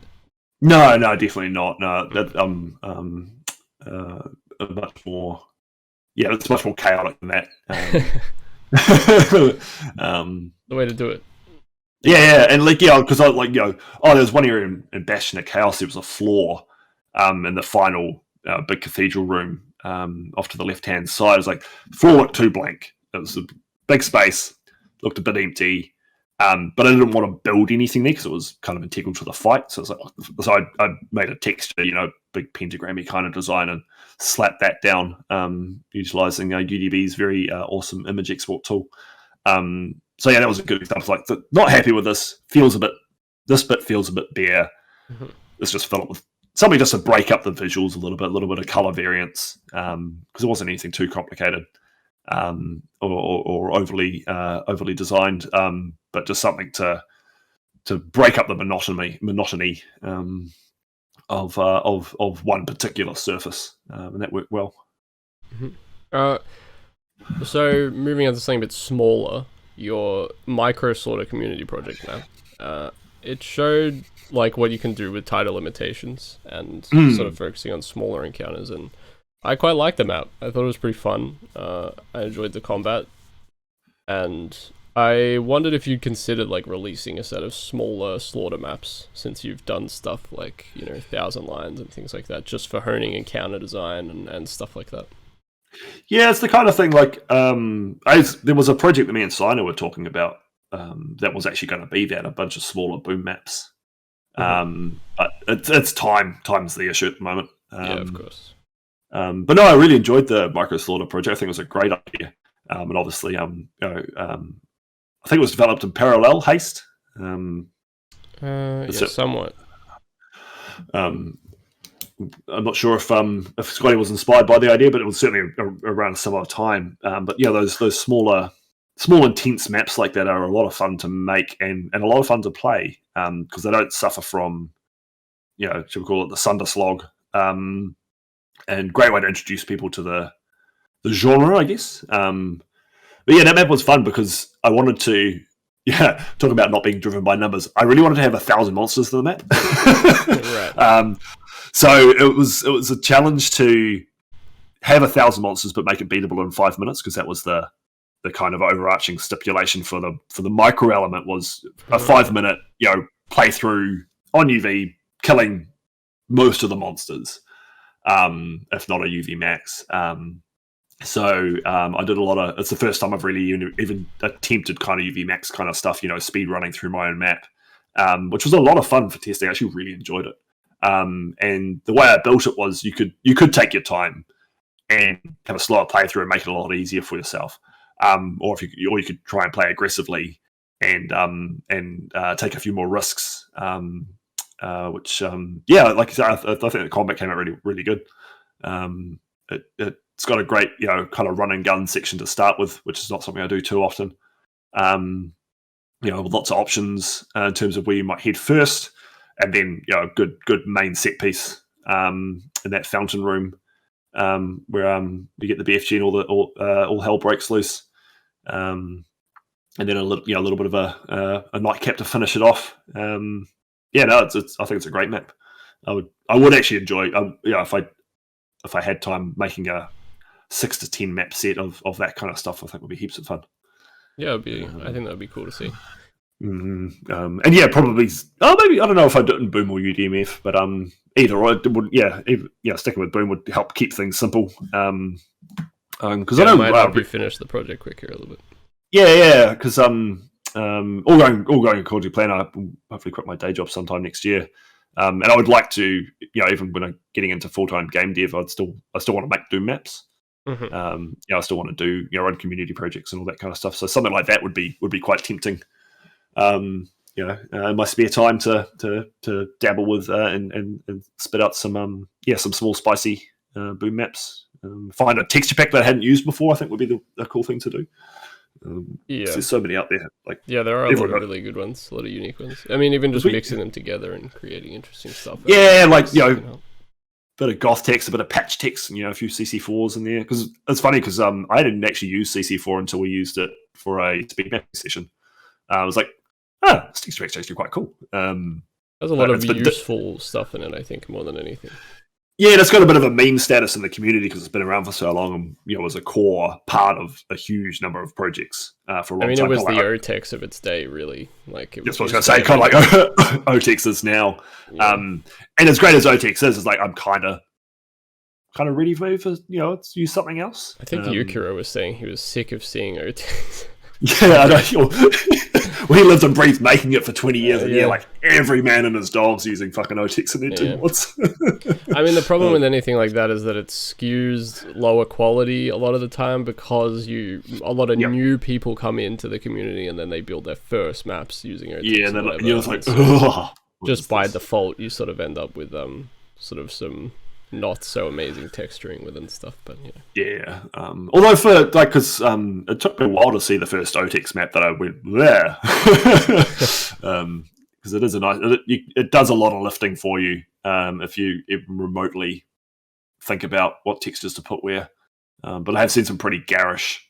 I did toy with me and Benjo have been working on a collab map for a community project, and initially wanted to make. I had talked to Benjo in the past, because this uses like quite a lot of OTEX resources, but I talked to Benjo a little bit about deliberately making something absolutely hideous in OTEX, just to see what we could do. You definitely could. I think it'd be good. It'd be fun. Some of those vibrant... It's very 64 based, a lot of the textures, like grid size, so it'd be really good to just fuck with all the offsets and make it look as ugly as possible. I think that would be fun. And because there's like quite a wide color range, there's pinks and blues and reds, and like you do something that default really purple and soft, pure grey. No, you could definitely make something pretty eye bleedy. And knowing what Benjo does with stock Doom textures, I'm kind of scared. That'd be great. I want to do it one day. So. We're moving away from Boom. We're back to your comfort zone, your ballpark with GzDoom. Elementalism, one of many ambitious projects you've undertaken, or been a part of, I suppose, in this case. What are sort of the overall goals for that project in terms of designing maps that utilize UDMF features? Yes, it's because Elementalism started a long time ago. I think like 6 years. Well, you said it was the same time as Refracted Reality, so that's when I joined it. But I think it had been going for almost 2 years at that point. Oh wow! So it's been a long time in the oven. But Elementalism always had the kind of design brief of really pushing the boundaries of GzDoom and UDMF, but still feeling somewhat classic Doom, and adhering to those traditional kind of level design and gameplay concepts. So not trying to go for wild new movement mechanics or crazy weapons. Like the weapons apart from the wand are all stock. The core Doom bestiary is still there. Each episode has like 4 or 5 custom enemies, but they're all Realm 667 derivatives. Classic kind of Amascaria, Baron variants, and all stuff most people have seen before, and certainly adjacent to the classic monsters. Mm-hmm. But visually, it's right up there with some of the wilder stuff. Particularly a few maps in particular, like Remy's Earth 4 map, which is inspired by Dark Souls. Oh yeah, and it's insane. It's so cool. It's got that oppressive grit to it, and a sense of scale that makes Gazebo raise his eyebrows. It's very impressive. Mm-hmm. And has there been like a lot of emphasis on sort of creating encounters that could only function in GzDoom? Because that's something that I like as somebody who, like, I really love the UDMF format, but I feel like encounter design for GzDoom, like, I want to see more of like almost what Tarrakin does, where really messed up stuff that you can do strictly only with ACS and like with UDMF features is definitely what I'm interested in when it comes to that. Yeah, no, there is some. Like I said, like the gameplay at its core is pretty traditional. In terms of the decent set pieces and whatnot. The bosses are 100%. The bosses are where it really breaks the boundaries. Right. Bosses in Doom have traditionally been a letdown. They're a hard thing to do well. Particularly using existing assets. So you see a lot of cobbled together stuff. Just big, nastier variants of original monsters. There's not a whole lot out there in terms of new boss ideas that actually go make you go, holy shit, that was a lot of fun. Certainly not that I've experienced anyway. So there's a huge amount of time and effort put into the boss encounters in Elementalism. And we are talking thousands of lines of code per encounter. Ball was an absolute fucking trooper doing all that, because he's not like a coding genius like a Mr. Cat or someone like that. He's good, but he's very methodical, quite brute forcey, in terms of what he does. Doesn't really know Z script, so it's a lot of decorate and ACS. Like one of them, one of the bosses is a big snake monster, and it's made out of multiple actors that follow a path. That path is all manually done through an interpolation points, and it's just like, that's a lot of work. There would have been an easier way to do it if you knew a deep knowledge of, say, Z script. But for him, it's like, this works. This is very robust, doesn't break, does what I need it to do. Cool. We're just going to do all these lines of code and make it work. So the bosses are very much stuff you won't have seen before in Doom combat. And they're fucking awesome. They're very impressive. New art assets made for them. Immensely impressive. Cool. Sounds like maybe something I'd be interested in seeing. Yeah, I think so. I'm just trying to think if in the general combat is anything that stands out. There is some stuff. Probably not quite as groundbreaking. The bosses are where that kind of design idea really shines. Stuff that you haven't seen really done before in Doom and or GzDoom. And because it's sort of pushing these boundaries in terms of what GzDoom's capable of, and it's definitely when I talk about sort of UDMF projects that are doing a lot of things that you don't normally see in Boom, I always talk about the Quake uncanny valley is how I describe it, where you get to this period where it starts to be so 3D that it starts to feel a lot less like Doom. I was wondering, like, during the process, do you guys have to kind of rein yourselves in a little bit to ensure that the final product still feels like a Doom mod, or is that not really so much of a concern?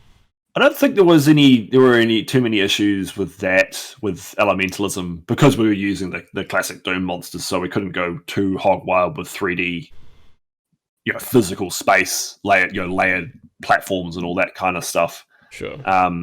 It was, most of the 3D elements are used for detailing, skyboxes and portals and whatnot to create a bigger sense of space, rather than actually layering gameplay areas on top of each other. That being said, there are some that do that more.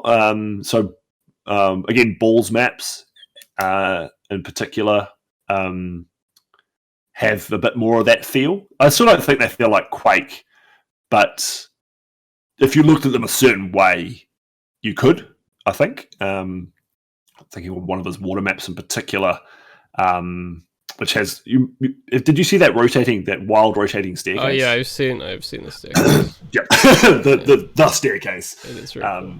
It's insane.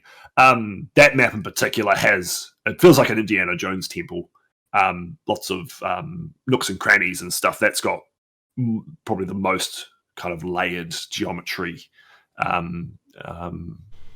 any of the Elementalism maps. But for the most part, they're very, very much like you occupy a certain plane for the combat and the gameplay, and the stuff that you see above and below is mostly there for detailing, to create a bigger sense of space and the environment. Because a lot like the skyboxes do a lot of work there. ball. Yeah, actually, I've seen some of those skyboxes, and they are very he impressive.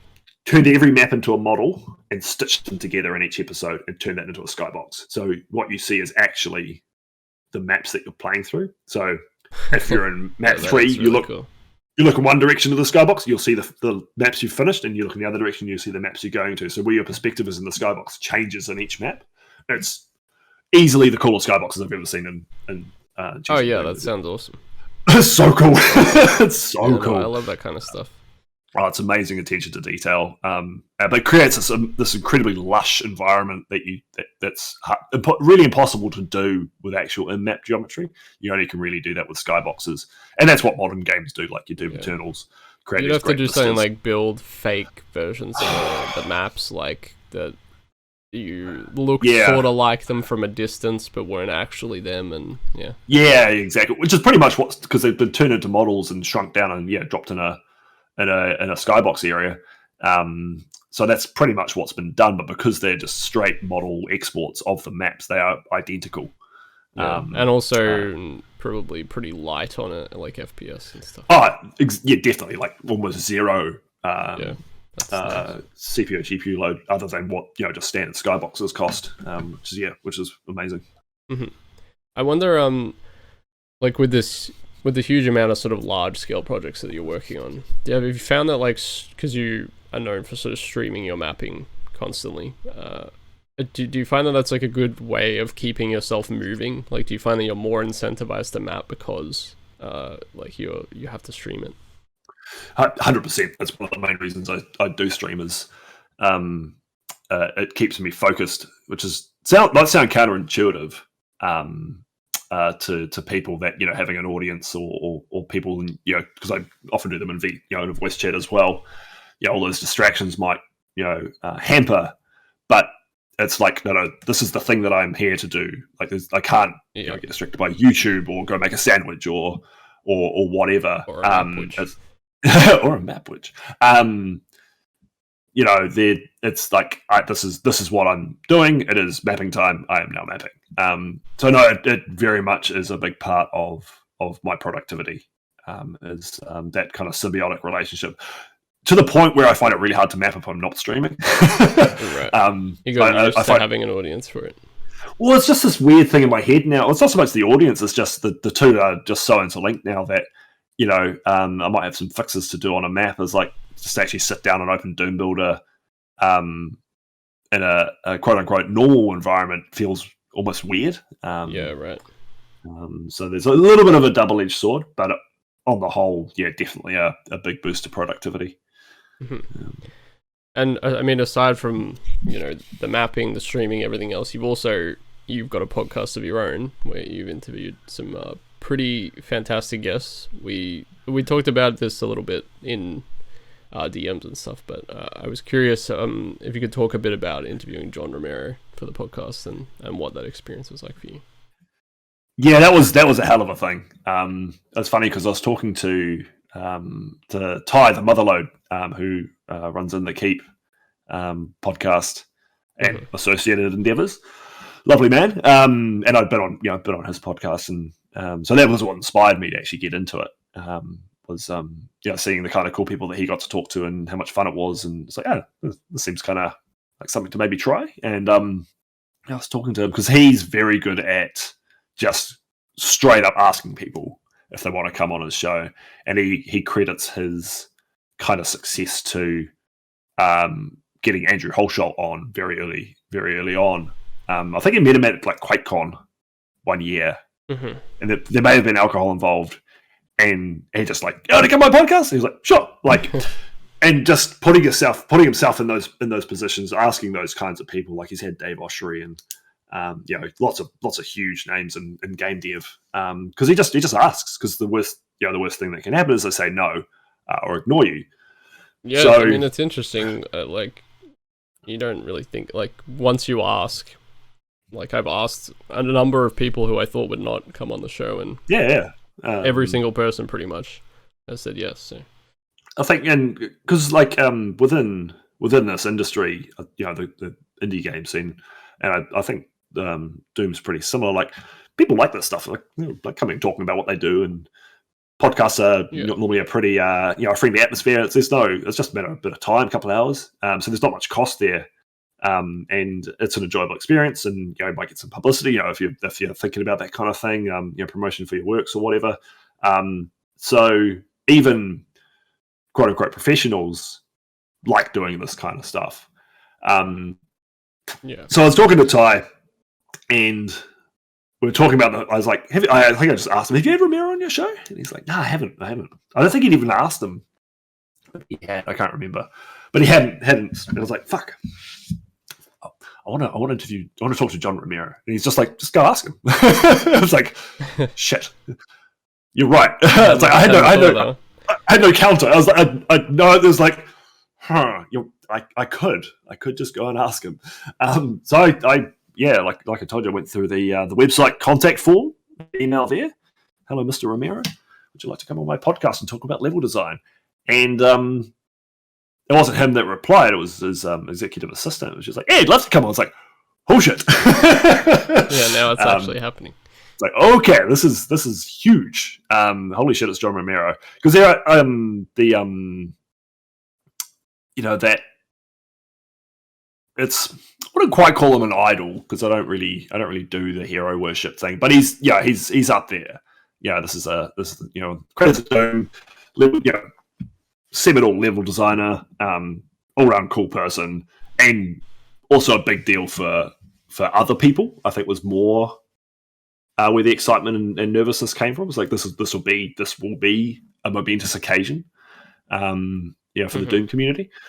And but he'd done some interviews for some other things that were they weren't massive. So he'd engaged with community level. Kind of like interviews and questions and stuff like that quite a lot. So he obviously liked doing that. He's not the kind of person who's like, no, you're not a big enough platform for me to engage in. So I was that helped like in the lead up process.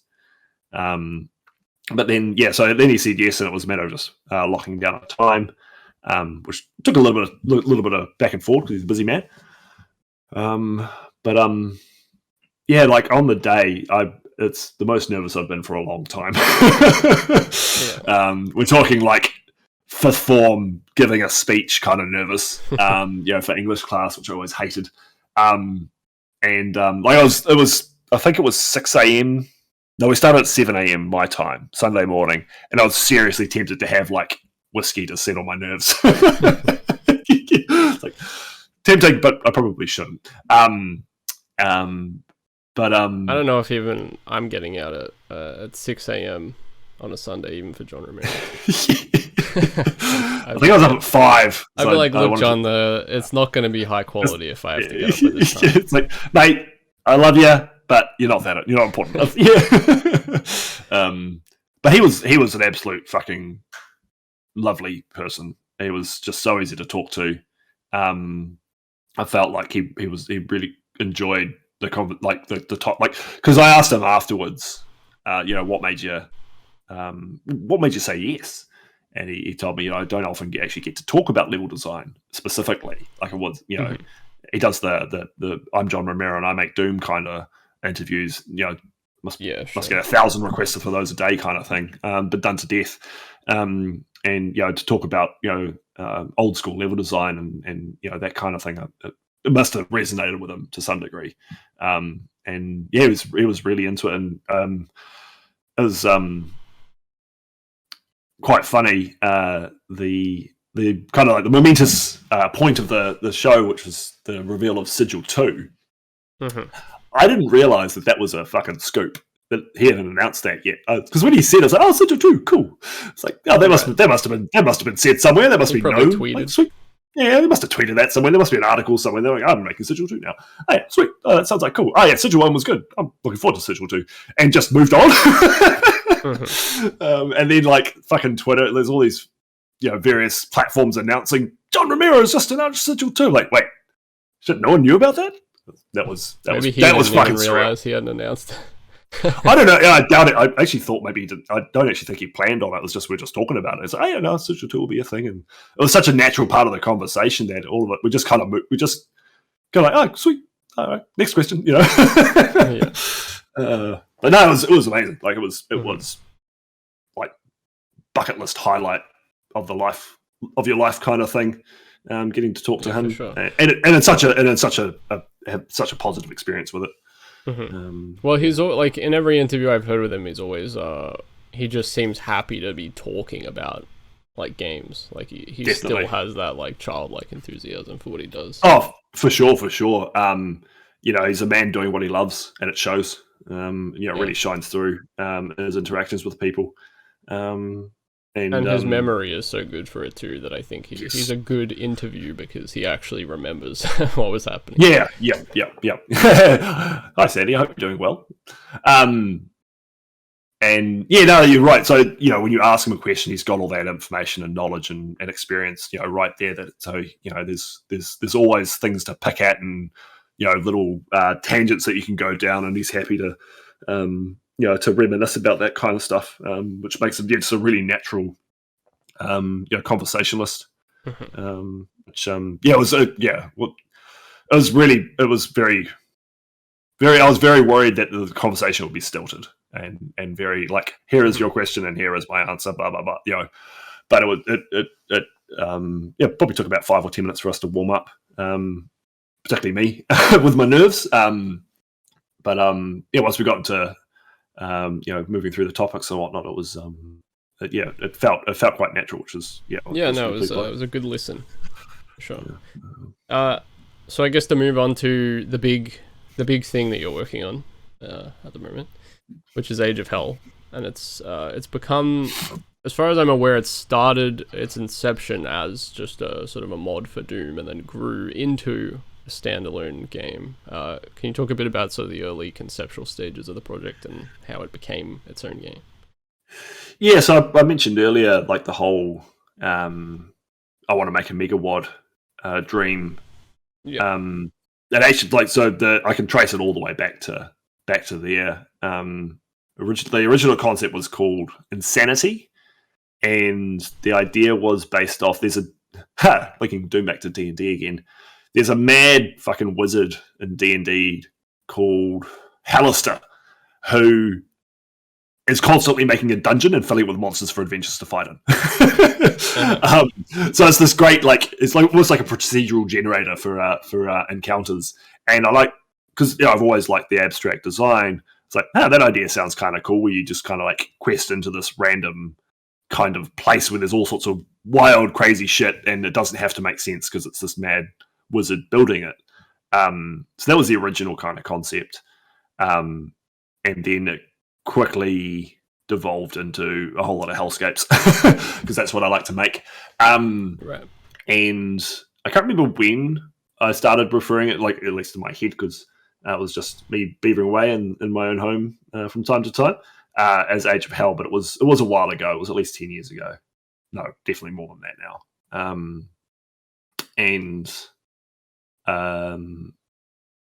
At that point, it was a Doom mod, and pretty early on, I started folding in custom stuff. I didn't really know how, so it was a lot of experimenting and fucking around, and pulling things from various resource packs and assets and cludging them together in DeepSea, which I'm amazed worked, to be honest. I remember having a lot of trouble putting the Alien Vendetta textures into my resource pack because I was using Retrez as a base, which is the Eternal Doom. Oh, yep. Resource pack, because I fucking loved Eternal Doom. Interesting. Back then when I played it, because it was all this gothic crazy stuff. It was one of those projects that really pushed the boat out on concepts and wild ideas. It's obviously a bit of a meme now, but it's a pretty important WOD. And at that time, when I was younger, I had a lot more patience. So the convoluted level design I actually enjoyed a lot more than I would now. Getting lost in these big gothic castles and like Map 31, that town, the level progression that is absolutely fucking insane.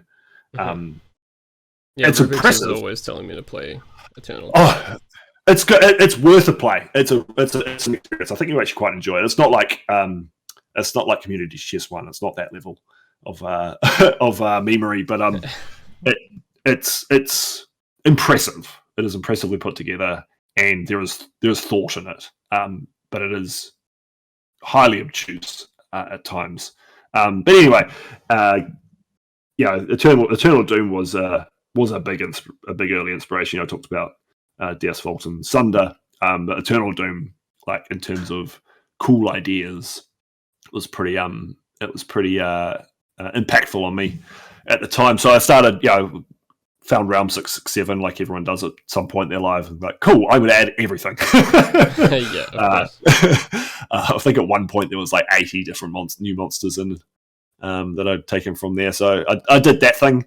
I had like 2 or 3 weapons on every key from 1 to 0, 1 to 9. Just like add all the things. So it would have been awful, but it was fun to make. So I gave up on that particular iteration. Shit, that would have been early 2000s. Mm-hmm. A while back. And I can't remember what the catalyst for that. I probably got distracted by Diablo 3, to be honest, or something like that. Because I love my ARPGs. Mm-hmm. Path of Exile, yes. That was another 5 years of my life. Because I treated mapping like gaming, it was just a fun thing to do. I found another game to play essentially, and disappeared into that. And then I came back a few years later and picked up the same resources, essentially the same project, and kind of started making stuff again and remaking some old maps, and came up with some stuff that I actually still think looks fucking good today, and stuff I probably won't try and reuse, but I will rebuild the concepts. Talking about inspirations and construction. There's a map, and this was a bit of another one of those kind of like watershed moments for me, where I made a construction project that I'd actually worked on. So this would have been 2009, because I was still an apprentice, and we were building like a services facilities kind of block for a retirement village. So they had a restaurant, a library, like a janitor's workshopy kind of place. So lots of interesting rooms. It wasn't like just a bunch of apartments or anything like that. It quite an interesting layout, and it was linking to an old building, and the architect was old school, hand sketched everything. So it had a lot of really cool design ideas. And I remember like this could be quite a cool Doom map actually. It feels like there's flow here, from a level design. Retirement here. So I literally turned a retirement village into a Doom map, and that came out really good, I think. Really, I took several steps in terms of my hyper detailing, and this was before dynamic lights, so I was still using sector lighting, but lots of really heavily gradated lighting, and the colors, like everything clicked. The color schemes, the texture usage, it just felt really, really good, in a way that I hadn't felt mapping before then. It felt like I'd really hit something. And because this is also when I discovered that Doom Builder existed, and I found Doom Builder 1, and then quickly realized that had been deprecated by Doom Builder 2. So I had a better editor, which helped a lot. Doom Builder 2 at its time was amazing, incredible tool. But then I hit the side def limit for the editor, and my map wasn't even close to finished, and I got annoyed. Yeah. I was like, okay, fuck this. I can't. Yep, no, I'm done. And it was probably, they were probably getting close to just natural burnout points anyway, after a couple of years of mapping. And then I think I disappeared into Path of Exile. At that point, that would have been, 2010-ish.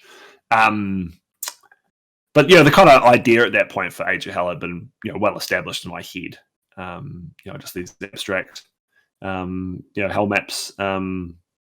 At that point, they weren't following any particular themes. There weren't episodes. It was just, I'm going to make a blue map now, and now I'm going to make a green map. Like just trying to mix up the color schemes a bit and use some interesting textures, but wasn't really following any particular plan or path in terms of any narrative arcs, no storyline, no kind of design growth, I guess, that you're pulling the player through.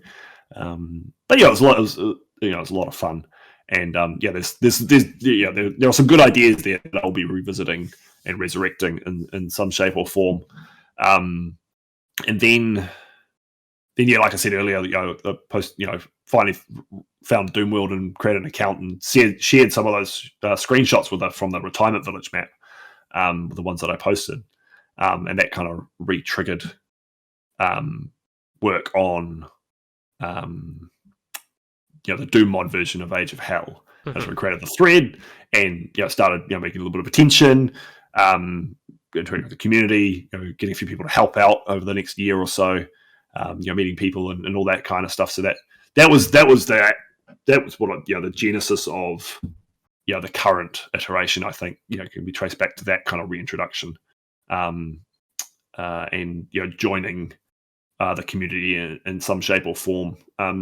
Because as much as I enjoyed doing it by myself and at my own pace and for my own reasons, without releasing maps, without external feedback, without some sort of extrinsic motivator, it's hard to keep going.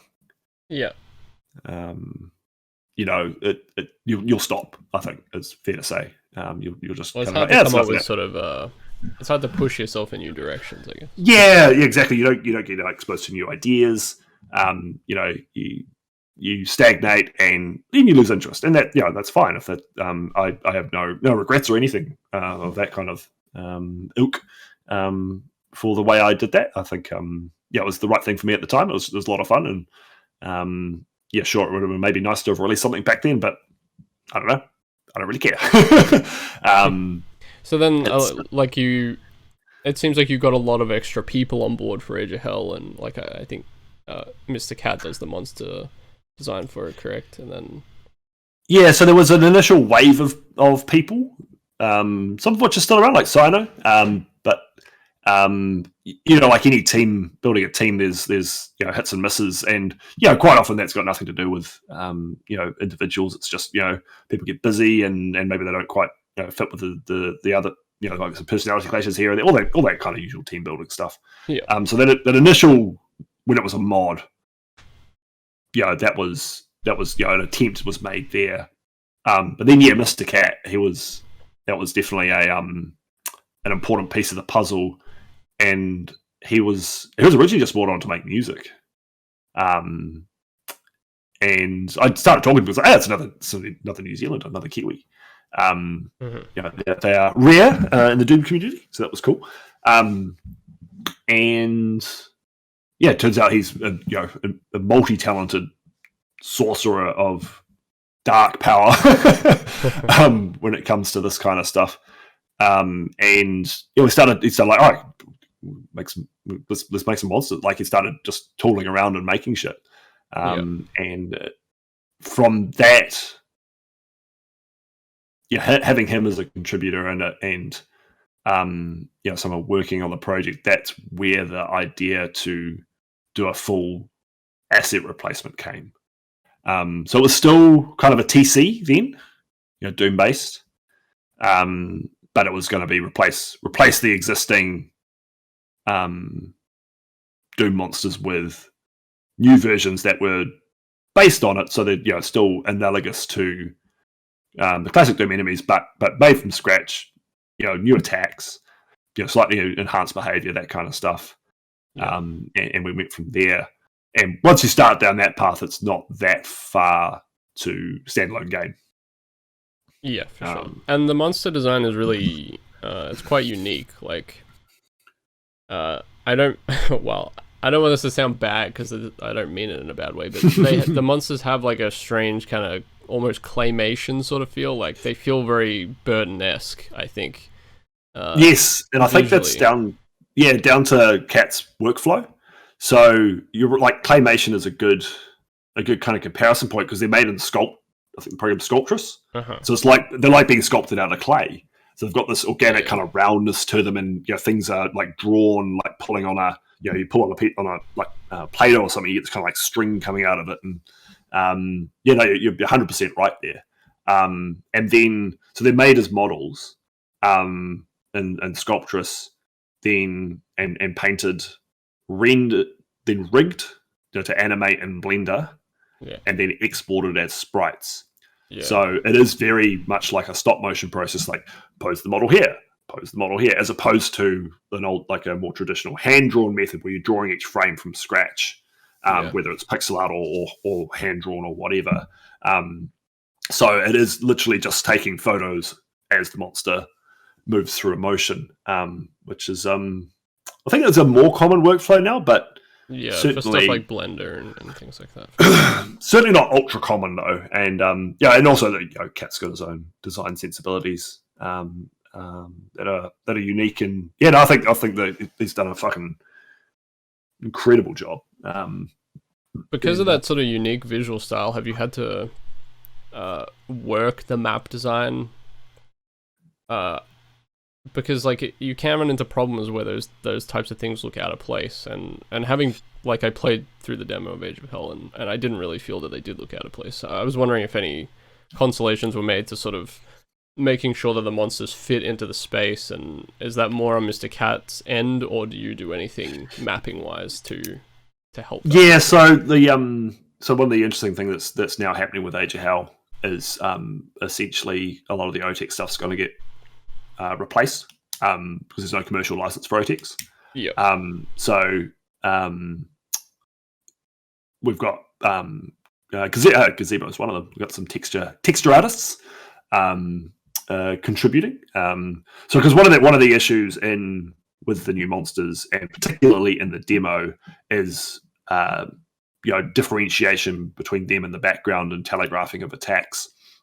One of the things there is people are used to Doom monsters, and these don't look like, and they move differently, so it's hard.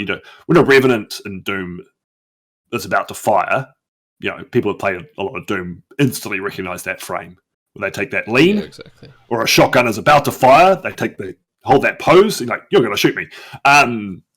We are attuned to those specific frames to a high degree, whereas something like Age of Hell, where the monsters behave and attack at the same speed as Doom monsters, essentially, but people don't have, and it was the same for me, someone who's making it, you don't have that intuitive, instantaneous recognition of a firing frame. I was getting my ass kicked. It's just like, that monster just fired at me, and I've just taken damage. I didn't notice that. So that kind of thing, making sure that telegraphing is really clear, and that's something that should be intrinsic with the enemies, regardless of the environment that they're placed in. But it is something that does need to be considered more, as because the Doom monsters, classic Doom monsters, are an absolute masterclass of good sprite design in terms of they stand out. Their silhouettes are all distinctive for the most part, and their firing animations are really clean and clear. The noises they make, it's having now gone through the process of making them, give me a new appreciation for just how good classic Doom enemy designers. Oh yeah, and a variety. It's the proof is in the pudding. Like proof of the pudding's in the eating. Like we're still using it 30 years later, and making a lot of people still come up with new fun ways to use them. They're nigh on flawless. Spider Mastermind aside. So like, what specific challenges do you think have come up actually, like on that topic, like creating a fresh sandbox for a game in terms of like weapons and monsters? Are there like a lot of balancing challenges? Are you finding niches that are missing and having to fill them with like a brand new monster, or are you trying to sort of maintain that original Doom setup and then sort of work around that? Yeah, so we've essentially got the base Doom bestiary and then some. The base ones, they are enhanced, but then each episode has a set of unique monsters for that as well. And some of them have been changed, like our Hell Knight equivalents, a four-armed Wendigo and it throws a volley of projectiles, so it behaves quite differently to a standard Hell Knight. But that monster's a good example of one that we did have to rework to telegraph those attacks, because this volley of projectiles would suddenly appear out of nowhere and just pummel you.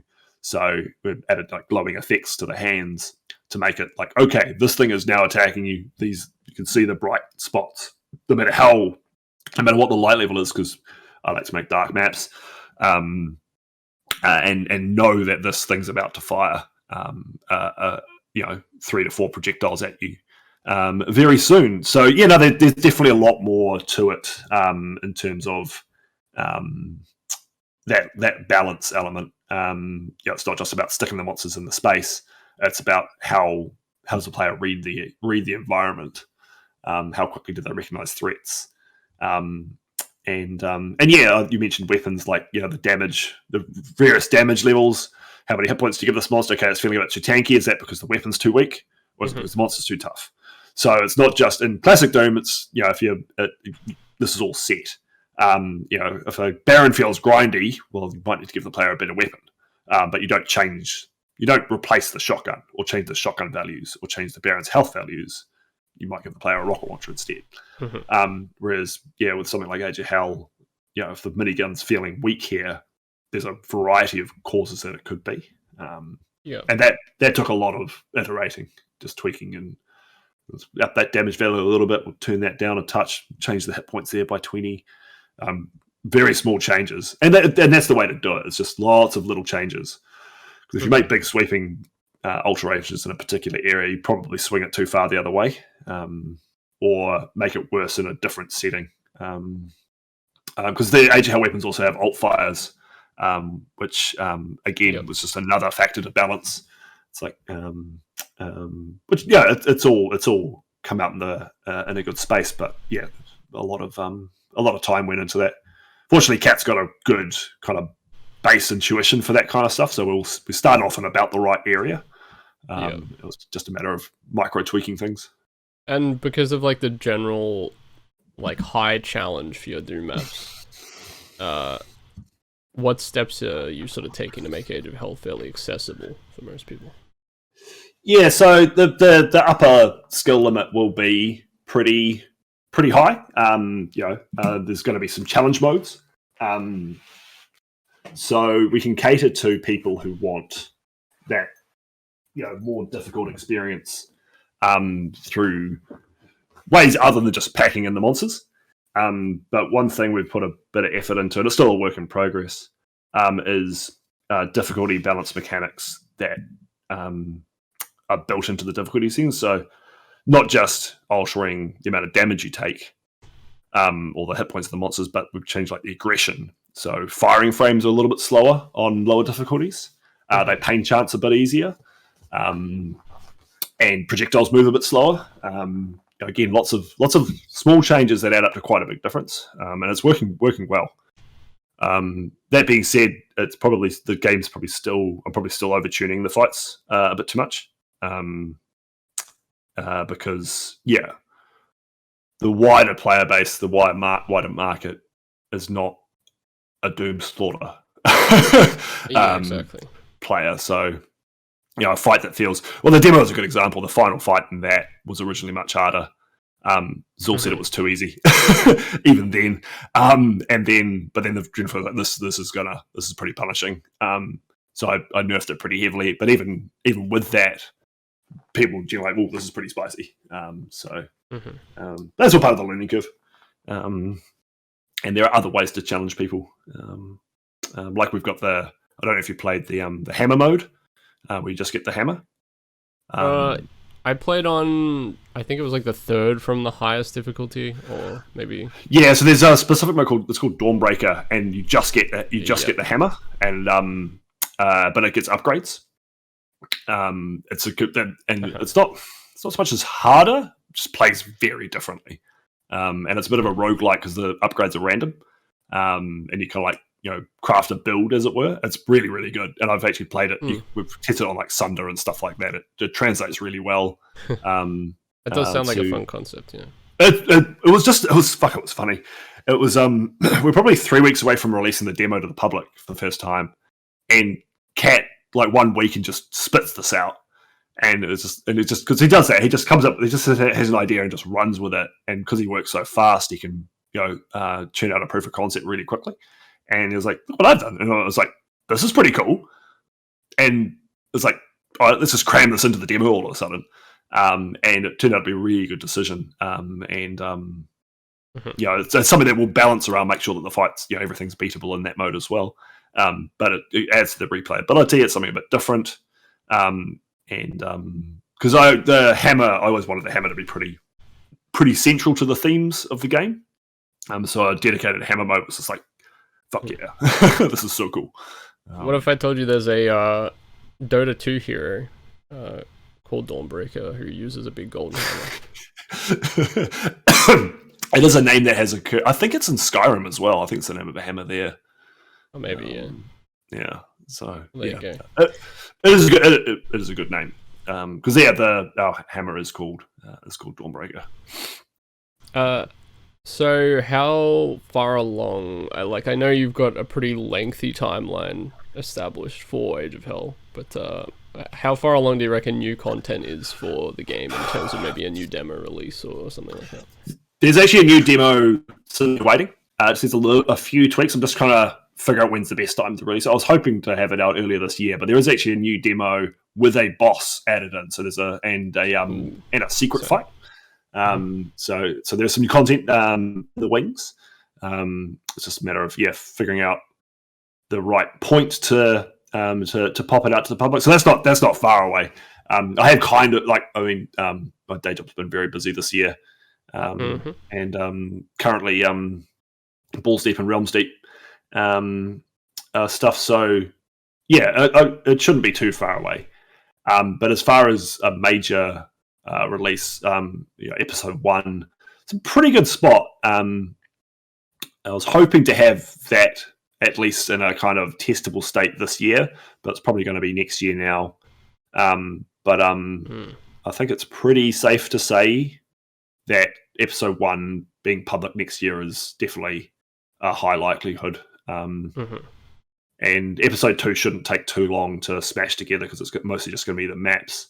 So a lot of the work is, the preliminary work's just, bestiary tweaks and getting the weapons all functioning the way we wanted, and all those kind of core concepts. So once that's all pretty finalized, then it's just a matter of making the play spaces. So because I would imagine one of the tricky things is that, say you want to release episode 1 as its own sort of thing, like a demo for episode 1. You need to have it in a state where things aren't going to massively change for episode 2 and 3, because then you'd have to go back and change episode 1 again. So and like things like Steam and stuff, it's not as easy just to slam it together into a new WAD file and chuck it on Doomworld. There's some technical considerations around all that. So you're right. There's something I need to figure out the best way to package it. Of course. Whether it's release episode 1 as like whether it's technically a demo still, or if it's early access or what, because there'll be a holistic fight, like a ever growing,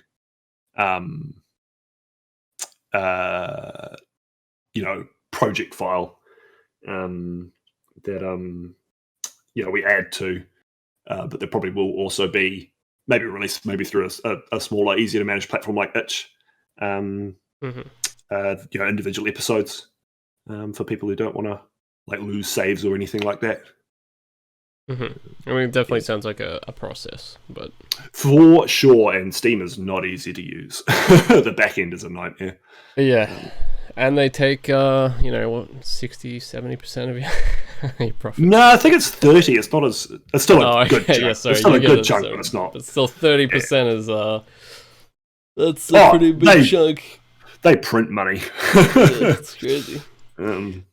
I suppose we're at the tail end of the podcast here, and normally I ask people one question here, but for you, I got a 2-pronged final question for you, just given the nature of what you're working on. So I'll ask you, first of all, what is your favorite Doom monster and why? And then, what is your favorite monster from Age of Hell and why? Favorite Doom monster? I think it's going to have to go to the Archvile. Definitely the most common pick so far, for sure. Yeah, I think so. It's. I didn't. I was thinking like, can I be a hipster and choose something obscure? But the Archvile or the Revenant. I think Revenant from a mapping perspective, like they're just so versatile. Yeah. As a monster concept, I think they're just a beautifully elegant design in terms of the ways that you can use Revenants as a mapper. But as a pure concept, like the Archvile, the attack, with it's a hit scan, but delayed blast, explosion, it resurrects things. It's fast, it's scary. Like there's nothing like it in any other game. Yeah, no, there really isn't. There's nothing that matches the way its attack functions and all the weird nuances of it. And the fact that it was made in 93, 96, right? 96, yeah, sorry. That's incredible. And even the recreations for the newer Dooms, whether it's Doom 3, 16, or Doom Eternal, aren't anywhere near as awesome as the original. No. I think the Revenants translated well to the others. For instance, or the Baron of Hell or the Cyber Demon. There's good, faithful recreations in the newer Dooms of almost everything else, but not the Archvile. I think Doom Eternal does a lot of things right with the Archvile. Like, it definitely has a similar feeling of like, holy shit, I have to kill this thing before. But it's static. It doesn't, and it teleports, but it kind of stands there mostly. So it's easy to forget the Archvile is one of the fastest enemies in Doom 2. And its movement speed is part of why it's terrifying. And the fact that it's the same height as the player, so it can follow you. Exactly. It is I was going to say it's a real hunter, and prime example is hunted. The Plutonium map. Chased through this labyrinth by a bunch of them, and you've only got the super shotguns. So Archvile is definitely. Well, it's funny you mentioned Hunted, actually, because I think Hunted is actually probably a huge reason why the Archvile is considered in the way that it is, because that map sort of elevates the gameplay of the Archvile. Yes, you get to know very, very intimately what they do and how they behave. Yeah, and also teaches you like I feel like before then, as a kid, I wasn't like, I can kill this enemy with the super shotgun. Like, in my head, I'm like, this is a BFG or rocket launcher. Yeah, I've got to pull out the biggest thing I've got. And the tight space, it teaches you like how to manage Archviles. Like, I can bait their attack and then line of sight them and then hit them with your duck behind the corners, because it's a labyrinth. There's a lot of opportunities for that, but it's an environment you don't have a lot of control over because of the way the doors function. And then there's that extra chaos where they're running around, and I think one of the great moments in that map for your first playthrough is you're fighting one and then another one comes around behind you, and it shows you how scary it is to fight two from two different angles. Yeah, and just how they move and flow around the map, and they can follow you anywhere, and it's actually... like, I remember as a kid, like, with the MIDI that map has and everything, that has to be one of the most impactful... Everyone remembers that for sure.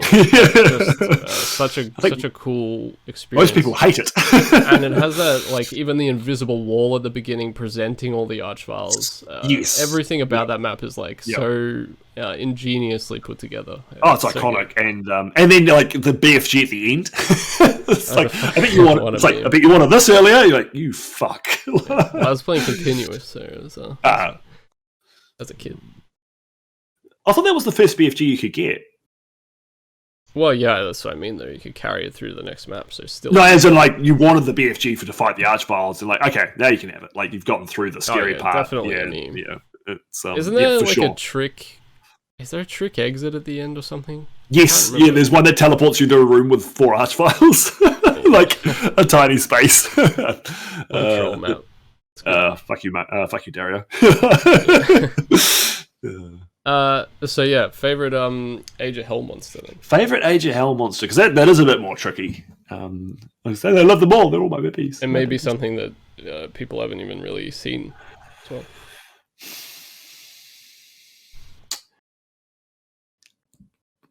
Do you want a general mob or a boss is allowed? Oh, if it's a boss, you'll have to. I think either way, you'll probably have to explain mechanically why you think it's interesting for sure. But either is fine, I think. I feel like picking a boss is cheating. They are very fucking cool. Big spoilers. There's actually I'll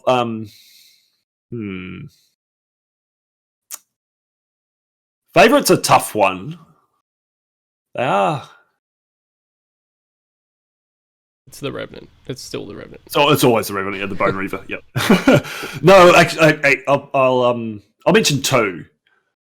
So we've got a Caco variant called the Astivore. It's kind of like the Astral Caco from Eternity, and that's fast and aggressive flyer, but it's even more. It's much smoother, more sinuous in its movements, and it really sneaks up on the player.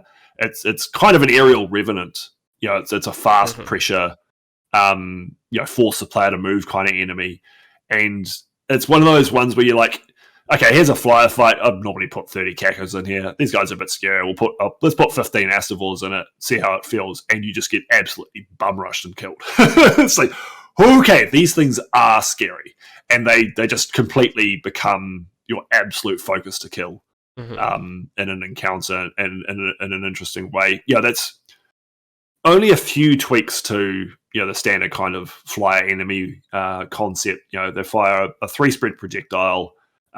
They're faster, and they've got a bit of a kind of zigzaggy attack movement to make them harder to hit.